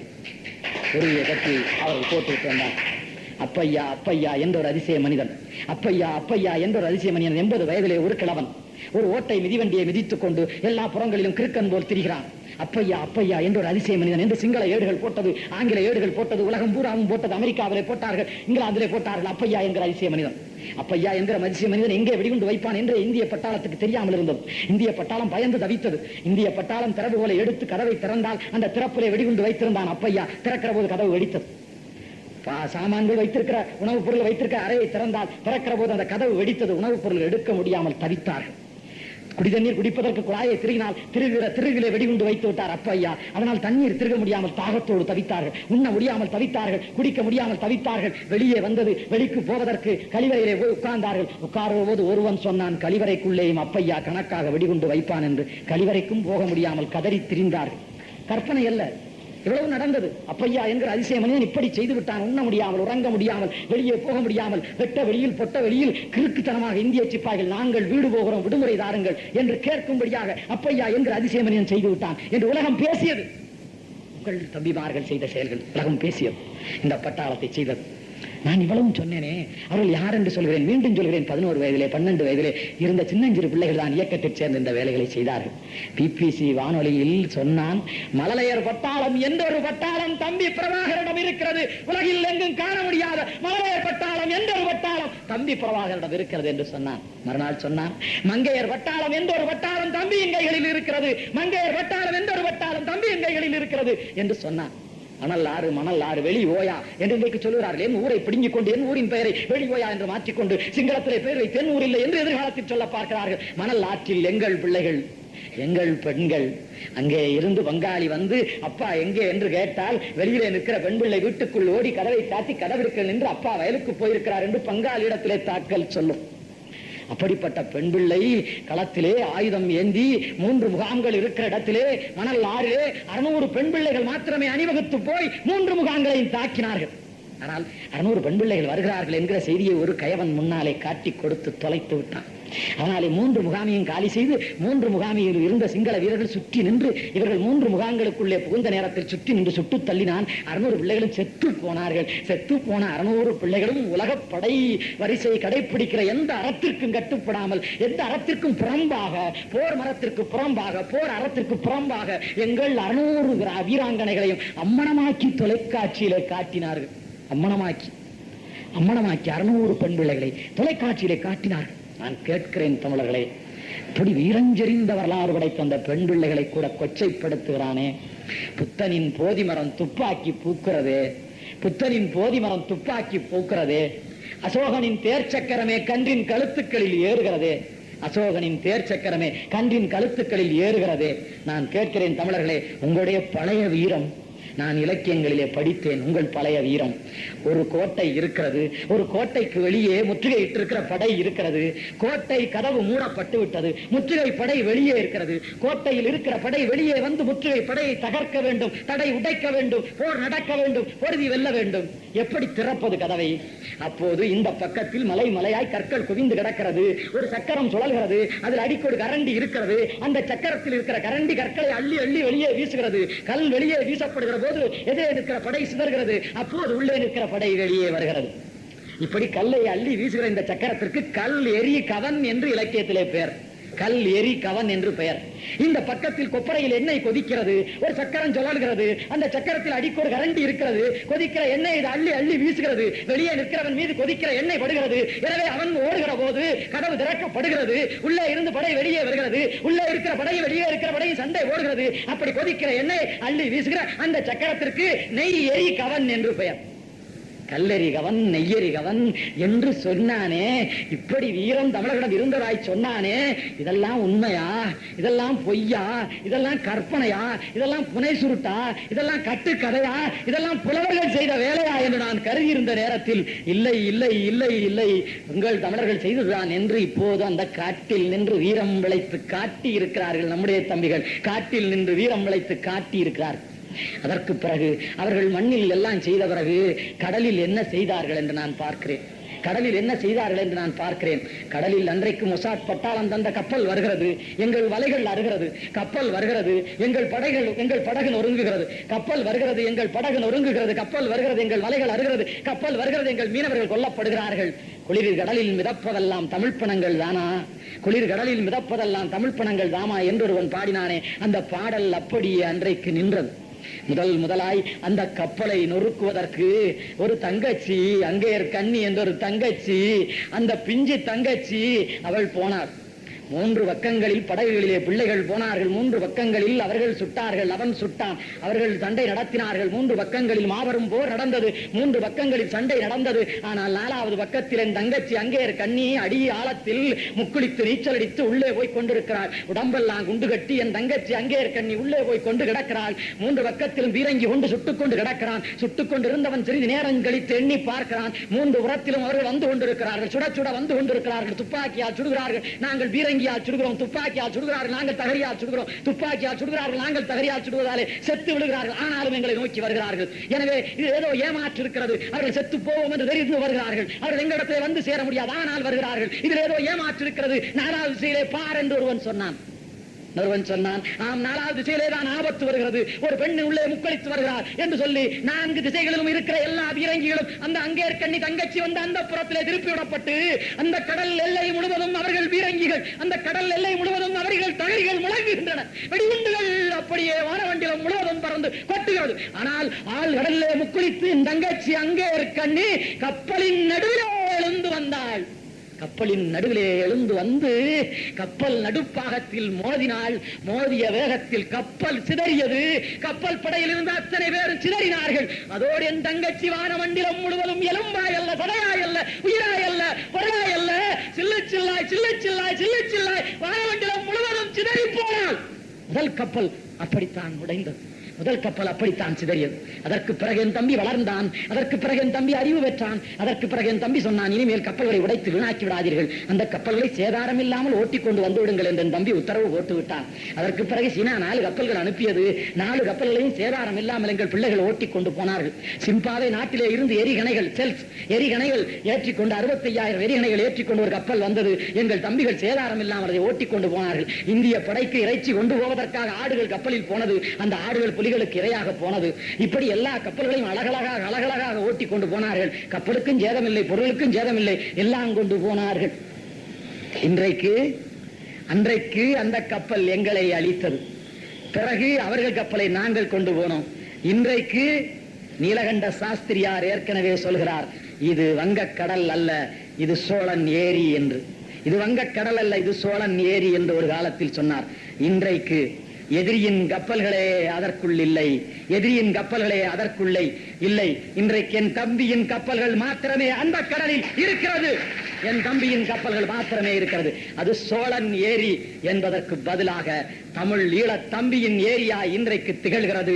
11 கப்பல்கள் ஒன்றாய் நாங்கள் பார்த்தோம் என்று 10 நாளைக்கு முன்னாலே தினமணியிலே போட்டிருக்கிறான். அடா பாவி, நான் 4 ஆண்டு காலமாக சொல்லிக் கொண்டிருக்கிறேன். 11 கப்பல் அல்ல, 400 கப்பல்கள் எங்கள் தம்பியின் கடற்படையிலே இருக்கிறது. 400 கப்பல்கள் எங்கள் தம்பியின் கடற்படையிலே இருக்கிறது என்று நான் சொல்லிக் கொண்டிருக்கிறேன். வானம் வானம் வானம் வானத்தில் வல்லூர் பறப்பது போல் அவன் விமானம் பறந்து வந்தது. வானத்தில் வானூர்தி பறந்து வந்தது. வெடிகுண்டு வீசியது. எங்கள் மக்கள் கொன்று வீசப்பட்டார்கள். எங்கள் பிள்ளைகள் அல்ல, எங்கள் பெண்டுகள் அல்ல, எங்கள் தாய் தந்தையர்கள் அல்ல, எங்கள் வீட்டு ஆடு மாடுகள் கூட பதுங்கு குடியில் பதுங்க பழகி கொண்டன. வானத்தின் வானூர்தியின் சத்தம் கேட்டால் எங்கள் வீட்டில் இருக்கிற ஆடு மாடெல்லாம் பதுங்கு குழி வெட்டி இருக்கிறோமே, அதற்குள்ளே மனிதனுக்கு முன்னாலே போய் பதுங்கிக் கொள்ளும். வெளியே நின்றால் செத்து போவோம், உள்ளே போய் ஒளிந்து கொள்வோம் என்று எங்கள் வீட்டு ஆடு மாடுகளும் பதுங்கு குழியிலே பதுங்கிய காலம் உண்டு. என்ன செய்வது? வானூர்தியை கை கெட்டாத தூரத்தில் இருக்கிறதே, கப்பல் ஆனால் போய் மோதலாமே, வானூர்தியை என்ன செய்வது என்று பார்த்து பிள்ளைகள் கலங்கினார்கள். அப்பையா சொன்னார், சுதுமலை சுதுமலை என்றொரு மலை இருக்கிறது, சுதுமலையின் மேலே நின்று 303 துப்பாக்கி 303 ரைபிள் அதை வைத்து சுட்டுத் தள்ளலாம் என்று சொன்னார். நம்ப முடியவில்லை யாராலும். 303 துப்பாக்கி வைத்து சுதுமலையின் உச்சியில் நின்று ஒரு விமானத்தை சுடலாம் என்று அவர் சொன்னபோது நம்ப மறுத்தார்கள். ஆனால் சுதுமலையின் உச்சியில் நின்று பிள்ளைகள் சுட்டார்கள். விமானம் விழுந்தது. வானம் எங்கள் வசம் என்றன்றைக்கு பாடல் பாடினார்கள். வானம் எங்கள் வசம் என்றன்றைக்கு பாடல் பாடினார்கள். அவன் வானூர்தி எங்கள் மீது குண்டு வீசியது ஒரு காலம், அவனுடைய வானூர்தி சுட்டு தள்ளப்பட்டது மற்றொரு காலம். அதற்கு பிந்திய காலம் இலங்கையிலே இருந்து இங்கிலாந்திலே இருந்து இங்கிலாந்து அரசர் வருகிறார். இங்கிலாந்து அரசர் வருகிற போது லண்டன் மாநகரத்தில் இருக்கிற விடுதலை புலிகளின் தொலை தொடர்பாளர் லாரன்ஸ் சிலையரிடத்திலே கேட்கிறார், என்னை கூப்பிடுகிறார்களே, இங்கிலாந்து நாடு இலங்கை நாடு தொடர்புடைய நாடு, இங்கிலாந்து நாடு இலங்கை நாட்டை ஆண்ட நாடு, எனவே இப்போது விடுதலை பெற்ற பிறகு என்னை விருந்தினராய் கூப்பிடுகிறார்களே லாரன்ஸ் சிலையர், நான் போகலாமா என்று கேட்கிறார். நீங்கள் போகலாம், உங்களுக்கு எந்த தொல்லையும் வராது, நாங்கள் உங்களை பாதுகாப்போம், ஆனால் நீங்கள் பார்த்து விட்டு வாருங்கள் என்று சொன்னார். பார்த்து விட்டு வாருங்கள் என்பதற்கு என்ன பொருள் என்று அந்த மன்னருக்கு தெரியவில்லை, இங்கிலாந்து மன்னருக்கு தெரியவில்லை. அவர் போனார், பார்த்தார், பார்த்து விட்டு புறப்படுகிற வரையிலே ஒன்றும் அவருக்கு தெரியவில்லை. புறப்பட்ட பிறகு வானூர்தியிலே இருந்து ஒரு ஏக்கத்தோடு திரும்பி பார்த்தார். லாரன்ஸ் தனக்கு ஒரு ஆபத்தும் இல்லை என்று சொன்னபடி நடந்து கொண்டிருக்கிறார். ஆனால் பார்த்து விட்டு வாருங்கள் என்று சொன்னாரே, நான் பார்த்தபோது ஒன்றும் தெரியவில்லை என்று மீண்டும் திரும்பி வானூர்தி அந்த வானூர்தி நிலையத்தின் மேலே அவர் இருந்த வானூர்தி பறந்த போது திரும்பி பார்த்தார். அவர் இருந்த வானூர்தி அந்த வானூர்தி நிலையத்தின் மேலே, அவர் இருந்த வானூர்தி கொழும்பு வானூர்தி நிலையத்தின் மேலே பறந்தபோது திரும்பி பார்த்தார். கொழும்பு வானூர்தி நிலையமே வெடித்து சிதறிக் கொண்டிருந்தது. கொழும்பு வானூர்தி நிலையமே வெடித்து சிதறியது. இங்கிலாந்திலே போய் சொன்னார், யாழ்ப்பாணத்தில் இவர்கள் தாக்கிய காலம் போய் கொழும்பிலேயே வந்து தாக்குகிற அளவிற்கு தமிழீழ விடுதலை புலிகள் வளர்ந்திருக்கிறார்கள் என்கிற செய்தியை இங்கிலாந்து மன்னர் அங்கே போய் பதிவு செய்தார். எங்கள் வானூர்தி இப்போது பறக்கிறது, இன்னமும் எதிரியின் மீது குண்டுகளை வீசவில்லை. எங்கள் கல்லறைகளின் மீது உறவினர் நாங்கள் வந்துள்ளோம் ஒருவரேனும் பேசுங்கள், உறவினர் நாங்கள் வந்துள்ளோம் ஒருவரேனும் பேசுங்கள் என்று மாவீரர் நாளில் அழுது புலம்பி மக்கள் எல்லோரும் ஊர்வலமாய் போன அந்த நாளில் உறவினர் நாங்கள் வந்துள்ளோம் என்று மக்கள் மாவீரர் நாளில் புலம்பிய போது எங்கள் வானூர்தி வந்தது. எங்கள் வானூர்தி வந்து கல்லறைகளின் மீது நல்ல மலர் தூவி, எங்கள் வானூர்தி வந்து நல்ல மலர் தூவி காட்டிவிட்டு போயிருக்கிறது. நான் உங்களை பார்த்து கேட்கிறேன், எங்கள் நாடு, எங்கள் தமிழீழ நாடு இங்கிலாந்துக்கு, எங்கள் தமிழீழ நாடு அமெரிக்காக்காரன் உலகத்தின் அடியால். நாசா என்கிற இடம் அவன் 6000 அணுக்குண்டுகள் கண்ட இடம். நல்ல பெயர் வைத்திருக்கிறான். உலகத்தை நாசமாக்குவதற்கு அவன் வேலை செய்கிற இடத்திற்கு நாசா என்று பெயர் வைத்திருக்கிறான். அந்த நாசாவில் 140 பேர் தமிழர்கள், யாழ்ப்பாணம் தமிழர்கள் வேலை செய்கிறார்கள். அதனாலே தான் தம்பியின் மீது கை வைக்க அவன் பயப்படுகிறான். இரண்டாவது காரணம், உக்ரைன் நாட்டிலே 46 பெட்டி அணுகுண்டுகள் காணாமல் போயிருக்கிறது. ருஷ்ய நாட்டின் ஒரு பகுதியான உக்ரைன் நாட்டில் 46 பெட்டி அணுகுண்டுகள் காணாமல் போயிருக்கிறது. பொது உடைமை மண் தோல்வி அடைந்து விட்டாலும் கூட பொது உடைமை குணம் போய்விடவில்லை. எனவே அமெரிக்காவிற்கு எதிரியான ஒரு சரியான வலிமையான ஆளிடத்தில் அவர்கள் கொண்டு போய் கொடுத்து விட்டு காணாமல் போனதாக பொய் சொல்கிறார்கள் என்று அமெரிக்கா கருதுகிறான். அமெரிக்காவை எதிர்க்கக்கூடிய வல்லமை வாய்ந்த போர்க்குணம் வாய்ந்த ஒருவனிடம் இந்த 46 பெட்டி அணுகுண்டுகளையும் கொண்டு போய் கொடுத்து விட்டு அவைகள் காணாமல் போய்விட்டன என்று உக்ரைன் பொய் சொல்கிறான் என்று அமெரிக்கா நினைக்கிறான். அவன் கொண்டு போய் கொடுத்திருக்கிற இடம் தமிழீழ விடுதலை புலிகளின் தம்பி பிரபாகரனின் இடம் என்று அவன் நம்புகிறான். அப்படி நம்புவதாலே அவன் அதற்கு மேலும் ஒன்றை நம்புகிறான். தம்பி பிரபாகரனுக்கு ராஜீவ் காந்தியும் ஒன்றுதான், கிளிண்டனும் ஒன்றுதான் என்று அவன் நம்புகிறான். அதனாலேதான் அமெரிக்கா நம் மீது கை வைக்க பயப்படுகிறது. இதை என்னுடைய அகந்தையாலோ அல்லது ஆரவாரத்திற்காகவோ கைதட்டுவதற்காக நான் சொல்லவில்லை. அமெரிக்கா முதலாக ஆள் அனுப்பியது, பயிற்சிக்கு ஒரு படை அனுப்பியது. பயிற்சிக்கு அனுப்பப்பட்ட படை காலாதார் என்கிற 3 மாடி கட்டடத்திலே தங்கியது. காலாதார் கட்டடத்திற்கு அடுத்தாற்போல் 39 மாடி கட்டடம் ஒன்று இருந்தது. 3 மாடி கட்டடத்தில் அமெரிக்காக்காரர்கள் வந்து தங்கினார்கள். தங்கியவர்கள் காலையில் உணவுன்னா ஒரு உணவு விடுதிக்கு போனார்கள். உணவு விடுதிக்கு போன அந்த நேரத்தில் எங்களுடைய ஊர்தி 39 மாடி கட்டடத்தில் மோதியது. 39 மாடி கட்டிடம் அப்படியே தரைமட்டம் ஆனது. அவர்கள் உணவுண்ண போன போது 39 மாடி கட்டிடத்தை பார்த்து விட்டு போனார்கள். உண்டு திரும்பி வந்த போது 39 மாடி கட்டிடம் தரையோடு தரையாக சரிந்து கிடந்த காட்சியை கண்டு சலசலத்து போனார்கள். அவர்கள் சொன்னார்கள், நினைத்திருந்தால் 39 மாடியை உடைத்தவன் 3 மாடி காலாதாரை உடைத்து அமெரிக்காக்காரர்களை நொறுக்கி இருக்கலாம். ஆனால் அவனுடைய எண்ணம் அமெரிக்காவை அச்சுறுத்த வேண்டும் என்பதே தவிர அமெரிக்காவை கொன்று குவிக்க வேண்டும் என்பதல்ல என்று அமெரிக்காவிலே போய் சொன்னான். அதனாலேதான் அமெரிக்காக்காரன், தடை விதித்த அமெரிக்காக்காரன் இப்போது அமெரிக்காவிலே இருந்து விடுதலை புலிகளுக்கு பணம் அனுப்பலாம் என்று சொல்லி இருக்கிறார். அமெரிக்காவுடைய டைம் என்கிற ஏட்டில் சேகுவாராவிற்கு பின்னாலே, கோசிமினுக்கு பின்னாலே, மாவோவிற்கு பின்னாலே ஆசிய நாட்டில் பிறந்திருக்கிற தம்பி பிரபாகரன் மாபெரும் தலைவராய் மலர்ந்திருக்கிறார் என்று போன வாரத்தில் ஆங்கிலத்திலே கட்டுரை எழுதியிருக்கிறார்கள். அமெரிக்கா என்ன, இங்கிலாந்து என்ன, எத்தனை நாடுகள், எல்லா நாடுகளிலும் ஏக காலத்தில் அவன் புகழ் பரவி இருக்கிறது, அவன் புகழ் பரவி இருக்கிறது. அவன் இன்றைக்கு ஸ்காட்லாந்து நாடு, நார்வே நாடு, டென்மார்க் நாடு, ஆஸ்திரேலியா நாடு, தென்னாப்பிரிக்கா நாடு, இன்னொரு சின்னஞ்சிறு நாடு, 6 நாடுகள் தமிழீழ நாட்டை அங்கீகரிப்பதாய் ஒப்புக்கொண்டிருக்கிறது. 6 நாடுகள் தமிழீழ நாட்டிற்காய் இலங்கையிடம் பேச ஒப்புக்கொண்டிருக்கின்றன. 6 நாட்டில் நார்வே நாடுதான் நலிந்த நாடு என்று இலங்கைக்காரன் நம்பி பேச அழைத்தான். ஆனால் நார்வே நாட்டுக்காரன் மிகவும் நடுநிலையாய் பேசி இன்றைக்கு நிலை குலைந்து போகும்படி செய்திருக்கிறான். அவன் பேசுகிறான், நார்வே நாட்டுக்காரன் அவன் பேசுகிறான். அவன் என்ன பேசுகிறான் என்று சொன்னால், அன்றைக்கு அவன் மண்ணில் நீ போய் தாக்கினாய், இன்றைக்கு உன் மண்ணில் அவன் வந்து தாக்கி கொண்டிருக்கிறான். அன்றைக்கு உன் சிறையில் அவன் இருந்தான், இன்றைக்கு அவன் சிறையில் நீ இருக்கிறாய். இன்றைக்கு 400 சிங்கள சிப்பாய்கள் நம்முடைய சிறையில் இருப்பதாக போன வாரம் தினமணியிலே செய்தி வந்தது. அவன் சொல்கிறான், அன்றைக்கு அவனுடைய மண்ணான மன்னாரிலே, வவுனியாவிலே, மட்டக்களப்பிலே, திரிகோணமலையிலே நீ போய் தாக்கினாய், இன்றைக்கு உன்னுடைய கண்டியிலே, உன்னுடைய கொழும்பிலே, உன்னுடைய காலியிலே அவன் வந்து தாக்குகிறான். அன்றைக்கு உன்னுடைய சிறையிலே அவன் இருந்தான், இன்றைக்கு அவனுடைய சிறையிலே நீ இருக்கிறாய். அன்றைக்கு அகதியாய் அவன் உலகம் முழுவதும் ஓடினான், இன்றைக்கு இந்த நாட்டை ஆளுகிற சந்திரிகாவே உங்கள் பிள்ளை அகதியாய் எந்த நாட்டில் இருக்கிறார்? சந்திரிகாவின் பிள்ளை இன்றைக்கு கொண்டு போய் காப்பாற்ற முடியாமல், இந்த நாடு என்று வெளியே சொல்ல முடியாமல், சந்திரிகாவின் பிள்ளை ஒரு நாட்டில் இன்றைக்கு சந்திரிகா விட்டு வைத்து காப்பாற்ற வேண்டிய நிலைமை வந்திருக்கிறது. உங்கள் பிள்ளை எந்த நாட்டில் அகதியாய் இருக்கிறான் என்று அவன் கேட்கிறான். அன்றைக்கு அவன் அச்சம் கொண்டிருந்தான், ஆனால் இன்றைக்கு நீங்கள் அச்சம் கொண்டிருக்கிறீர்கள். உங்களை சுற்றி படை நிற்கிறது, நீங்கள் ஒரு அறைக்குள் இருக்கிறீர்கள். உங்களை சுற்றி படை நிற்கிறது, உங்கள் வீட்டை சுற்றி படை நிற்கிறது, உங்கள் தெருவிலே படை நிற்கிறது, நீங்கள் ஒரு அறைக்குள் இருக்கிறீர்கள். தொலைக்காட்சியை பார்க்கிற போது நீங்கள் அறைக்குள் இருப்பது மாதிரி இல்லை, நீங்கள் சிறைக்குள் இருப்பது மாதிரி இருக்கிறது. அன்றைக்கு அவன் பயந்தான், இன்றைக்கு நீங்கள் பயந்து கொண்டிருக்கிறீர்கள் என்று அவன் கேட்டான். அவன் அதற்கு மேலும் கேட்டான், நீங்கள் 11 தகரி ஒரு வரிசைக்கு என்று 11 வரிசை 121 தகரி 121 டேங்க் வாங்கினீர்கள். அதே உக்ரைன் நாட்டிலே வாங்கினார். வாங்குற போது பல கோடி ரூபாய் கொடுத்து வாங்கினார்கள். வாங்கியவர்கள் சொன்னார்கள், எங்களுக்கு மாத்திரம் தான் இதை விற்க வேண்டும், விடுதலை புலிகளுக்கு விற்கக்கூடாது என்று சொன்னார்கள். 121 தகரி, 121 பீரங்கியும் ஒரு எள்முனை அளவும் சேதாரம் இல்லாமல் என் தம்பிமார்கள் ஓட்டி கொண்டு வந்து விட்டார். இப்போது அவன் கேட்கிறான், உக்ரைன் நாட்டுக்காரன் கேட்கிறான், நாங்களாவது காசுக்கு விலைக்கு விட்டுருப்போமே, நீங்கள் கொண்டு போய் சும்மா கொடுத்து விட்டீர்களே என்று அவன் கேட்கிறான். அவன் நார்வே நாட்டுக்காரன் இதையெல்லாம் சொல்லி கேட்கிறான். இவ்வளவும் நடந்தது நாங்கள் பார்த்து கொண்டிருக்கிறோம். இது மாத்திரம் நாங்கள் பார்க்கவில்லை, எங்கள் கண் முன்னாலே பார்க்கிறோம். தமிழ்நாட்டில் 35 ஆண்டு காலமாக திராவிட இயக்க ஆட்சிகள் நடந்து கொண்டிருக்கின்றன. ஆனால் தமிழ்நாட்டில் தமிழ் தமிழ் தமிழ் என்று சொன்னார்கள் திராவிட இயக்க ஆட்சியை சேர்ந்தவர்கள். அன்றைக்கு தாப்பலூர் சின்னசாமி என்கிறவன் திருச்சி சந்திப்பின் முன்னால் ஒரு நாள் காலையில் தன் மீது பெட்ரோல் கண்ணை ஊற்றி தன்னைத்தான் எரித்துக் கொண்டான். எரித்துக்கொண்டு நெருப்பு கோலமாய் நின்று அவனிடத்திலே பல்லாயிரக்கணக்கான மக்கள் போய் பக்கத்தில் நின்று நீ யாரும் பேரன் என்று கேட்டபோது தமிழ் வாழ்க தமிழ் வாழ்க தமிழ் வாழ்க என்றே சொன்னான். மருத்துவமனையில் கருத்த பிண்டமாய் அவனை தூக்கி கொண்டு போட்டு போனபோது உன் பெண்டு பிள்ளைக்கு தாக்கல் சொல்ல வேண்டும், உன் பெயர் என்ன, நீ யார் என்று கேட்டபோது தமிழ் வாழ்க தமிழ் வாழ்க தமிழ் வாழ்க என்று சொன்னான். செத்து போன பிறகு அவன் மூச்சடங்குகிற வரையிலே அவன் தமிழ் வாழ்க என்றே சொன்னான்.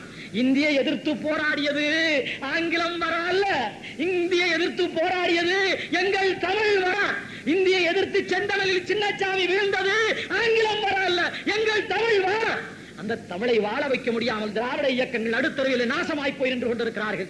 ஆனால் உன் மண்ணில், தமிழ் ஈழ மண்ணில் ஆங்கிலம் அறவே அடியோடு அடித்து நொறுக்கப்பட்டு தமிழை ஆட்சி மொழி ஆக்கப்பட்டு, வெறும் தமிழ் அல்ல தனித்தமிழ் ஆட்சி மொழி ஆக்கப்பட்டு அன்றைக்கு வறண்ட தமிழீழ விடுதலை புலிகளின் பெயர் கலப்பு தமிழாக இருக்கும். இன்றைக்கு இறந்து போகிற பிள்ளைகளின் பெயர் தனித்தமிழாக இப்போது வந்து கொண்டிருக்கிறது. தனித்தமிழ் ஆட்சி மொழி என்ற அந்த மண்ணில் அறிவிக்கப்பட்டிருக்கிறது. த மராக்கி என்கிற ஒருவன் எழுதுகிறான், தி ஐலாண்ட் என்கிற ஆங்கில பத்திரிகையில சிங்கள பத்திரிகையில் எழுதுகிறான், தி ஐலாண்ட் என்கிற ஆங்கில பத்திரிகையில் தமராக்கி என்கிற திராவிட எழுதுகிறான். 35 ஆண்டு கால திராவிட ஆட்சியில் தமிழை கொண்டு வர முடியவில்லை. ஆனால் தம்பிமார்கள் அவர்கள் விடுதலை பெறுவதற்கு முன்னாலே அந்த மண்ணில் தமிழை ஆட்சி மொழியாக கொண்டு வந்து விட்டார்கள். ஆங்கிலம் அங்கு ஒரு பாடமொழி, அதில் தேர்வு பெற்றாலும் பெறாவிட்டாலும் பட்டம் உண்டு. BA படிக்கிறவன் அவருடைய பாடத்தில் வெற்றி பெற்றால் போதும், ஆங்கிலத்தில் வெற்றி பெற தேவையில்லை. BSc படிக்கிறவன் அவருடைய வேதியியல் வெற்றி பெற்றால் போதும், அவன் ஆங்கிலத்தில் வெற்றி பெற தேவையில்லை. வேதியியலை, விண்ணியலை, மண்ணியலை, எண்ணியலை, விலங்கியலை, பயிரியலை நீங்கள் வெற்றி பெற்றால் போதும், ஆங்கிலத்தில் வெற்றி பெற வேண்டிய தேவையில்லை. அங்கே மருத்துவக் கல்லூரி தமிழ் வழியிலே இருக்கிறது, அங்கே பொறியியல் கல்லூரி தமிழ் வழியிலே இருக்கிறது, அங்கே வேதியியல் பாடம் தமிழ் வழியிலே இருக்கிறது, எல்லாம் தமிழிலே இருக்கிறது. ஆங்கிலம் அறவே அடியோடு அடித்து நொறுக்கப்பட்டிருக்கிறது. த மராக்கி என்கிறவன் தி ஐலாண்ட் என்கிற ஆங்கில பத்திரிகையில் கேட்கிறான், அந்த நாட்டில் 6.5 கோடி முண்டங்கள் இருக்கிற தமிழர்கள் நாட்டில் செய்ய முடியாத பெரிய சாதனை 50 லட்சம் பேர் இருக்கிற தமிழ் திருநாட்டில், தமிழீழ நாட்டில் இவர்கள் செய்து காட்டியிருக்கிறார்கள். இவர்கள் ஒழுங்காய் போய் கொண்டிருக்கிறார்கள். அந்த நாட்டில் அவர்களால் செய்ய முடியாத வணிகத்தை திருப்பூரிலே சேட்டுமார்களும் திருப்பூரிலே மார்வாடிகளும் இவர்கள் பறிகொடுத்திருக்கிற வணிகத்தை இன்றைக்கு உலகம் பூராவும் என் தம்பியின் கப்பல்கள் ஓடி ஓடி செய்கின்றன. அவனுடைய கடல் அட்டை அது 1 கிலோ 3000 ரூபாய், அவனுடைய கடல் இறால் 1 கிலோ 4000 ரூபாய். ஏன் அவன் பயிரிடுகிற பீட்ரூட் சிங்கள சந்திரிகா வெக்கத்தை விட்டு குறைந்தவை என்பதாலே சந்திரிகா எங்கள் தம்பியிடம் பீட்ரூட் வாங்கி தின்று கொண்டிருக்கிறார். சிங்கள பகுதியில் விற்பனையாகிற பீட்ரூட் எங்கள் மண்ணிலே விளைகிற பீட்ரூட். எனவே அவன் தமிழை சரியாய் வைத்திருக்கிறான், அவன் வணிகத்தை சரியாய் வைத்திருக்கிறான், அவன் நாட்டை சரியாய் முன்னெடுத்துக் கொண்டிருக்கிறான். அவனை நீங்கள் ஒன்றும் செய்ய முடியாது.